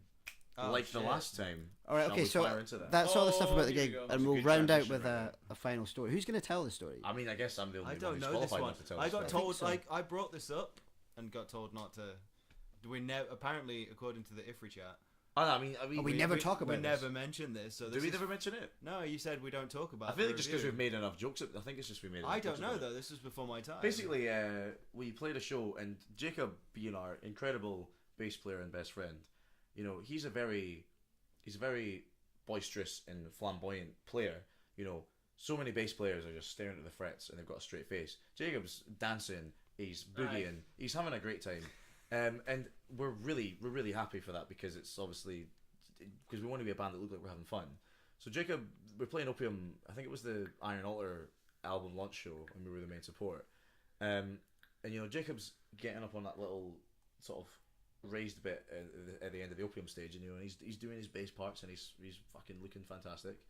And this review comes out the next day, and I'm not going to say who did the review, but the review was just really unfair in general, because I remember they said Iron Altar. They basically said, in a nutshell, what they said about Iron Altar was, I liked the bits that sound like Black Sabbath. The other bits I didn't like. So basically, they should sound more like Black Sabbath. Didn't they say the same thing about IFREANN? Yeah, they said that I think the only compliment that IFREANN got was that Ian kind of sounded like Rob Halford. Right. So basically, this guy would just rather To be listen fair, to Black that's what Sabbath. we creamed our jeans about for like half an hour of this podcast. This guy just seems really butthurt that he didn't see Black Sabbath. Black and Judas Black Priest. Sabbath. Yeah. or Judas He was Priest just that like, I night. think he bought a Black Sabbath ticket and walked into the wrong gig It and was just just got so really upset weird. about Like, it. sorry, I just because I read the review and I just like because I'd never read it before. I was looking Yeah. for stuff. I was like, you like the bits of bands that you don't like. Oh, sorry, you like the bits of bands that you like, but then everything else is just to be dismissed. And you're like, isn't that every single band that ever happened after those bands? Yeah, like, yeah, pretty much. Look, I'm not like knocking the guy's review because he's at the end of the day he's done a review, which Yeah, is more no, than a lot of totally. fuckers do. Well, what did and he it's- actually and specifically he's say totally- about So, Jacob? so here's the thing. In the review, regardless of what he said, it was just quite a badly done review. It wasn't like worded very well and everything like that. And I remember one comment that really threw me off was that he says, "Oh, I don't normally listen to this kind of thrash." It basically said, "I don't like thrash, so this is bad." And it's like, but you're saying that you don't like us because we're doing thrash, but that's the point. Like, we're a thrash band, so we're playing thrash, so that's not a negative. But the comment about Jacob was where it got really like unfair. He basically said that I can't remember exactly what it was. I can remember. But it basically exactly. said if I had a pound for every time someone in the audience said that bass player's fucking annoying, I'd be rich or something. No, he said if I had a pound for every. This was the funny thing. He said if I had a pound for every time somebody said that bass player's annoying, I'd have enough for 2 more pints. Which he's like, oh, what, fuck, very specific- I remember that. was That's that a very six, specific was that amount. was that £6? So there was 6 complaints about Jacob. It was Like it was just so really Yeah. random. It's like I'd be It rich. is odd, like, It's right? such a oddly specific enough number and that not he- really enough. Yeah. Yeah, totally. Like all right, great. You've It got almost 2 points came- now. It almost comes Well across done. like it's an in joke to the exact amount of pals he was with, and it was Totally. something. That's what I thought was like And, slightly like, weird. Look, right? Obviously, reviews don't fucking matter, and then they're not worth getting butt hurt over and stuff. And if he does a review of somebody and he doesn't like it, that's fair enough. And I'm happy like for that to happen. That's okay. That's allowed to happen. And someone that's willing to actually write up a review for underground bands in Edinburgh You're is right. It's more than what most people do. it's like, okay, thank you for doing that. I appreciate that. And if he doesn't like a band, he's allowed to write that he doesn't like a band. Absolutely. It was just that little bit. It was It the, was a personal It was thing, the right? fact that it was an attack about one person. And I was like, and it was like, so- that's It was some about shit. like a one person who we all know as being so super sound and super lovely, yeah. and one of our like really really best pals. That it was a bit like It soured the whole thing, right? And it for no reason really, because there was nothing really to be gained from that other than like, if as I say, if it was like an in joke or something, and obviously it doesn't matter that much. Like it was supposed to just like a throwaway comment or whatever. No, it was. But like it was kind of like But that throwaway comment it was counterproductive was because really it's insulting, and it was about my pal. yeah, but So- it was just counterproductive in the sense where like This hasn't been as funny as I thought it was going to be. This went dark. That's alright. It Turns out it wasn't a that funny story at all. because it wasn't really that funny anyway. It was a bit like it's just kind of mean. But it's kind of, it was, do that. it just came across to me as counterproductive because it was like, okay, you're doing a good thing by writing a review and going to a gig to do a review. Aye. More people doing that would be a good thing. Yeah. And okay, you didn't enjoy that band and But you must have. and he did say a few nice things here and there amongst but it, you and that's must have fine. kind of known like, sort of what gig you were going to before It was you a kind thrash of metal went Well, of course, and into that's fine, and it's all the technical stuff about the band is okay. I just felt that was a bit of a personal attack, and it was kind of counterproductive because it was a good opportunity. Even if, at the end of the day, even if it's a bad review, people still read it and share It's it and cons- understand that music's happening. In Worst Edinburgh, case stuff like scenario, that. it can be constructive criticism. It's something you think, okay, maybe we should work on that. But saying to Jacob, like just saying your bass player's annoying, that's like, well, what are we supposed to Well, take yeah, from what are we that? going to do with that? What we're We going to got- do is I sack think- the bass player. Yeah, Hey, Jacob, exactly, can you yeah. stop It's being like, so well, annoying, Why please? would you mention that in the first place then? I think it was a 3.5 out of 5, which was a fairly high score as well. I can't even remember. I don't even think it I gave don't us a actually score. remember No, he reading the did. review and No, he thinking it did. was that shit. It was wasn't- obviously that's just the like thing, it's the not number really was his really thing, good. which It is was that- again it why was it was just- weird. But it's Yeah, just, it it's was just just why that would you even comment. bother reviewing it? Because if you don't like thrash, obviously you're not going to like a thrash metal gig.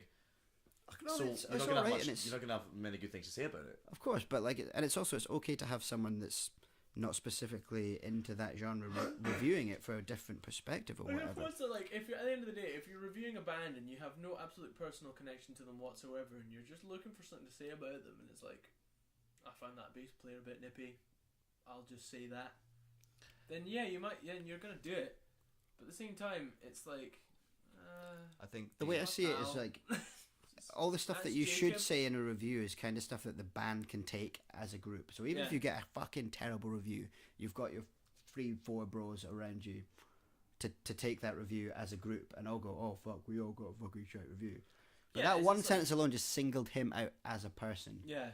and was used against him in a negative way. I thought And everyone who was there probably loved Jacob. I and think really he's a don't fucking think anyone awesome guy. would ever say Jacob's annoying on stage because he's probably the most interesting fact about IFREANN live shows. I've not been. Because on- our songs aren't that good. I've not been on stage yet, but I mean- I feel like it's going to be fun. And the interesting thing is the only thing that you could really find annoying about him is the fact he was dancing about and having fun.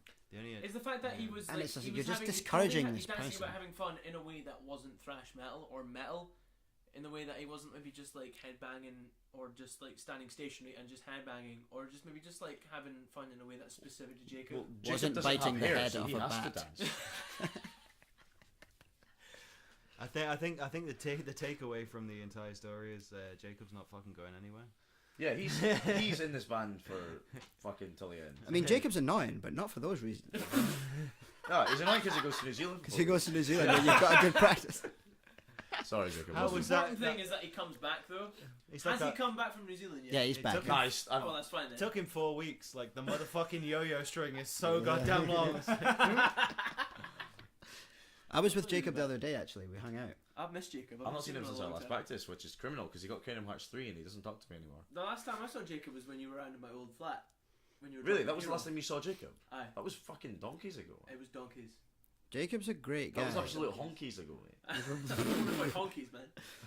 Yeah. I feel like the other thing that needs to be said as well, apart from Jacob isn't leaving the band, is like we definitely need to do like a part 2 at some point to Ah, this this has been podcast. funny. Absolutely, Oh, man. yeah, it's been good. absolutely Get some incredibly better good. guests and then come back to Well, it. Oh, we're what? hoping to get more guests in general because there is only so much that Oliver and I can talk about. Do you? And at the Probably end of the not. day, other perspectives are what are good. And this one's been weird because we seem to have extremely similar views on almost everything. Well, apparently I am Ollie. we actually found out that Yeah, apparently our you're guest just today a- is I need, already I on need the to get fucking as show. a tattoo, like, or I'm just gonna put it on my guitar for the I next just gig. need to get a fucking crow tat, and that's me.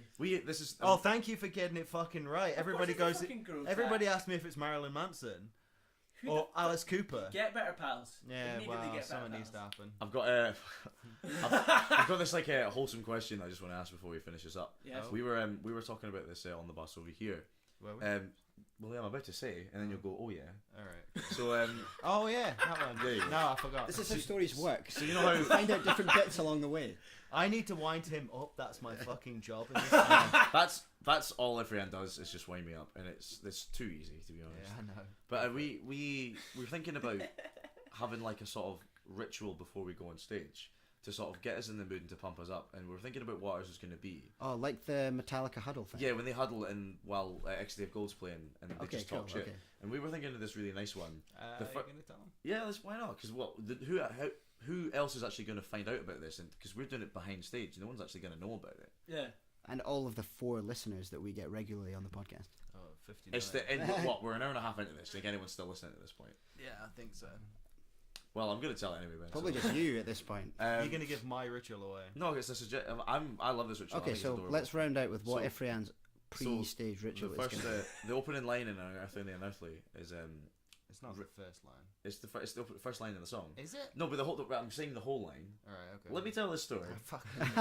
This is where it turns into a band argument. Is this what the ritual is? Just argue Yeah, before argue. you That's the end of the story.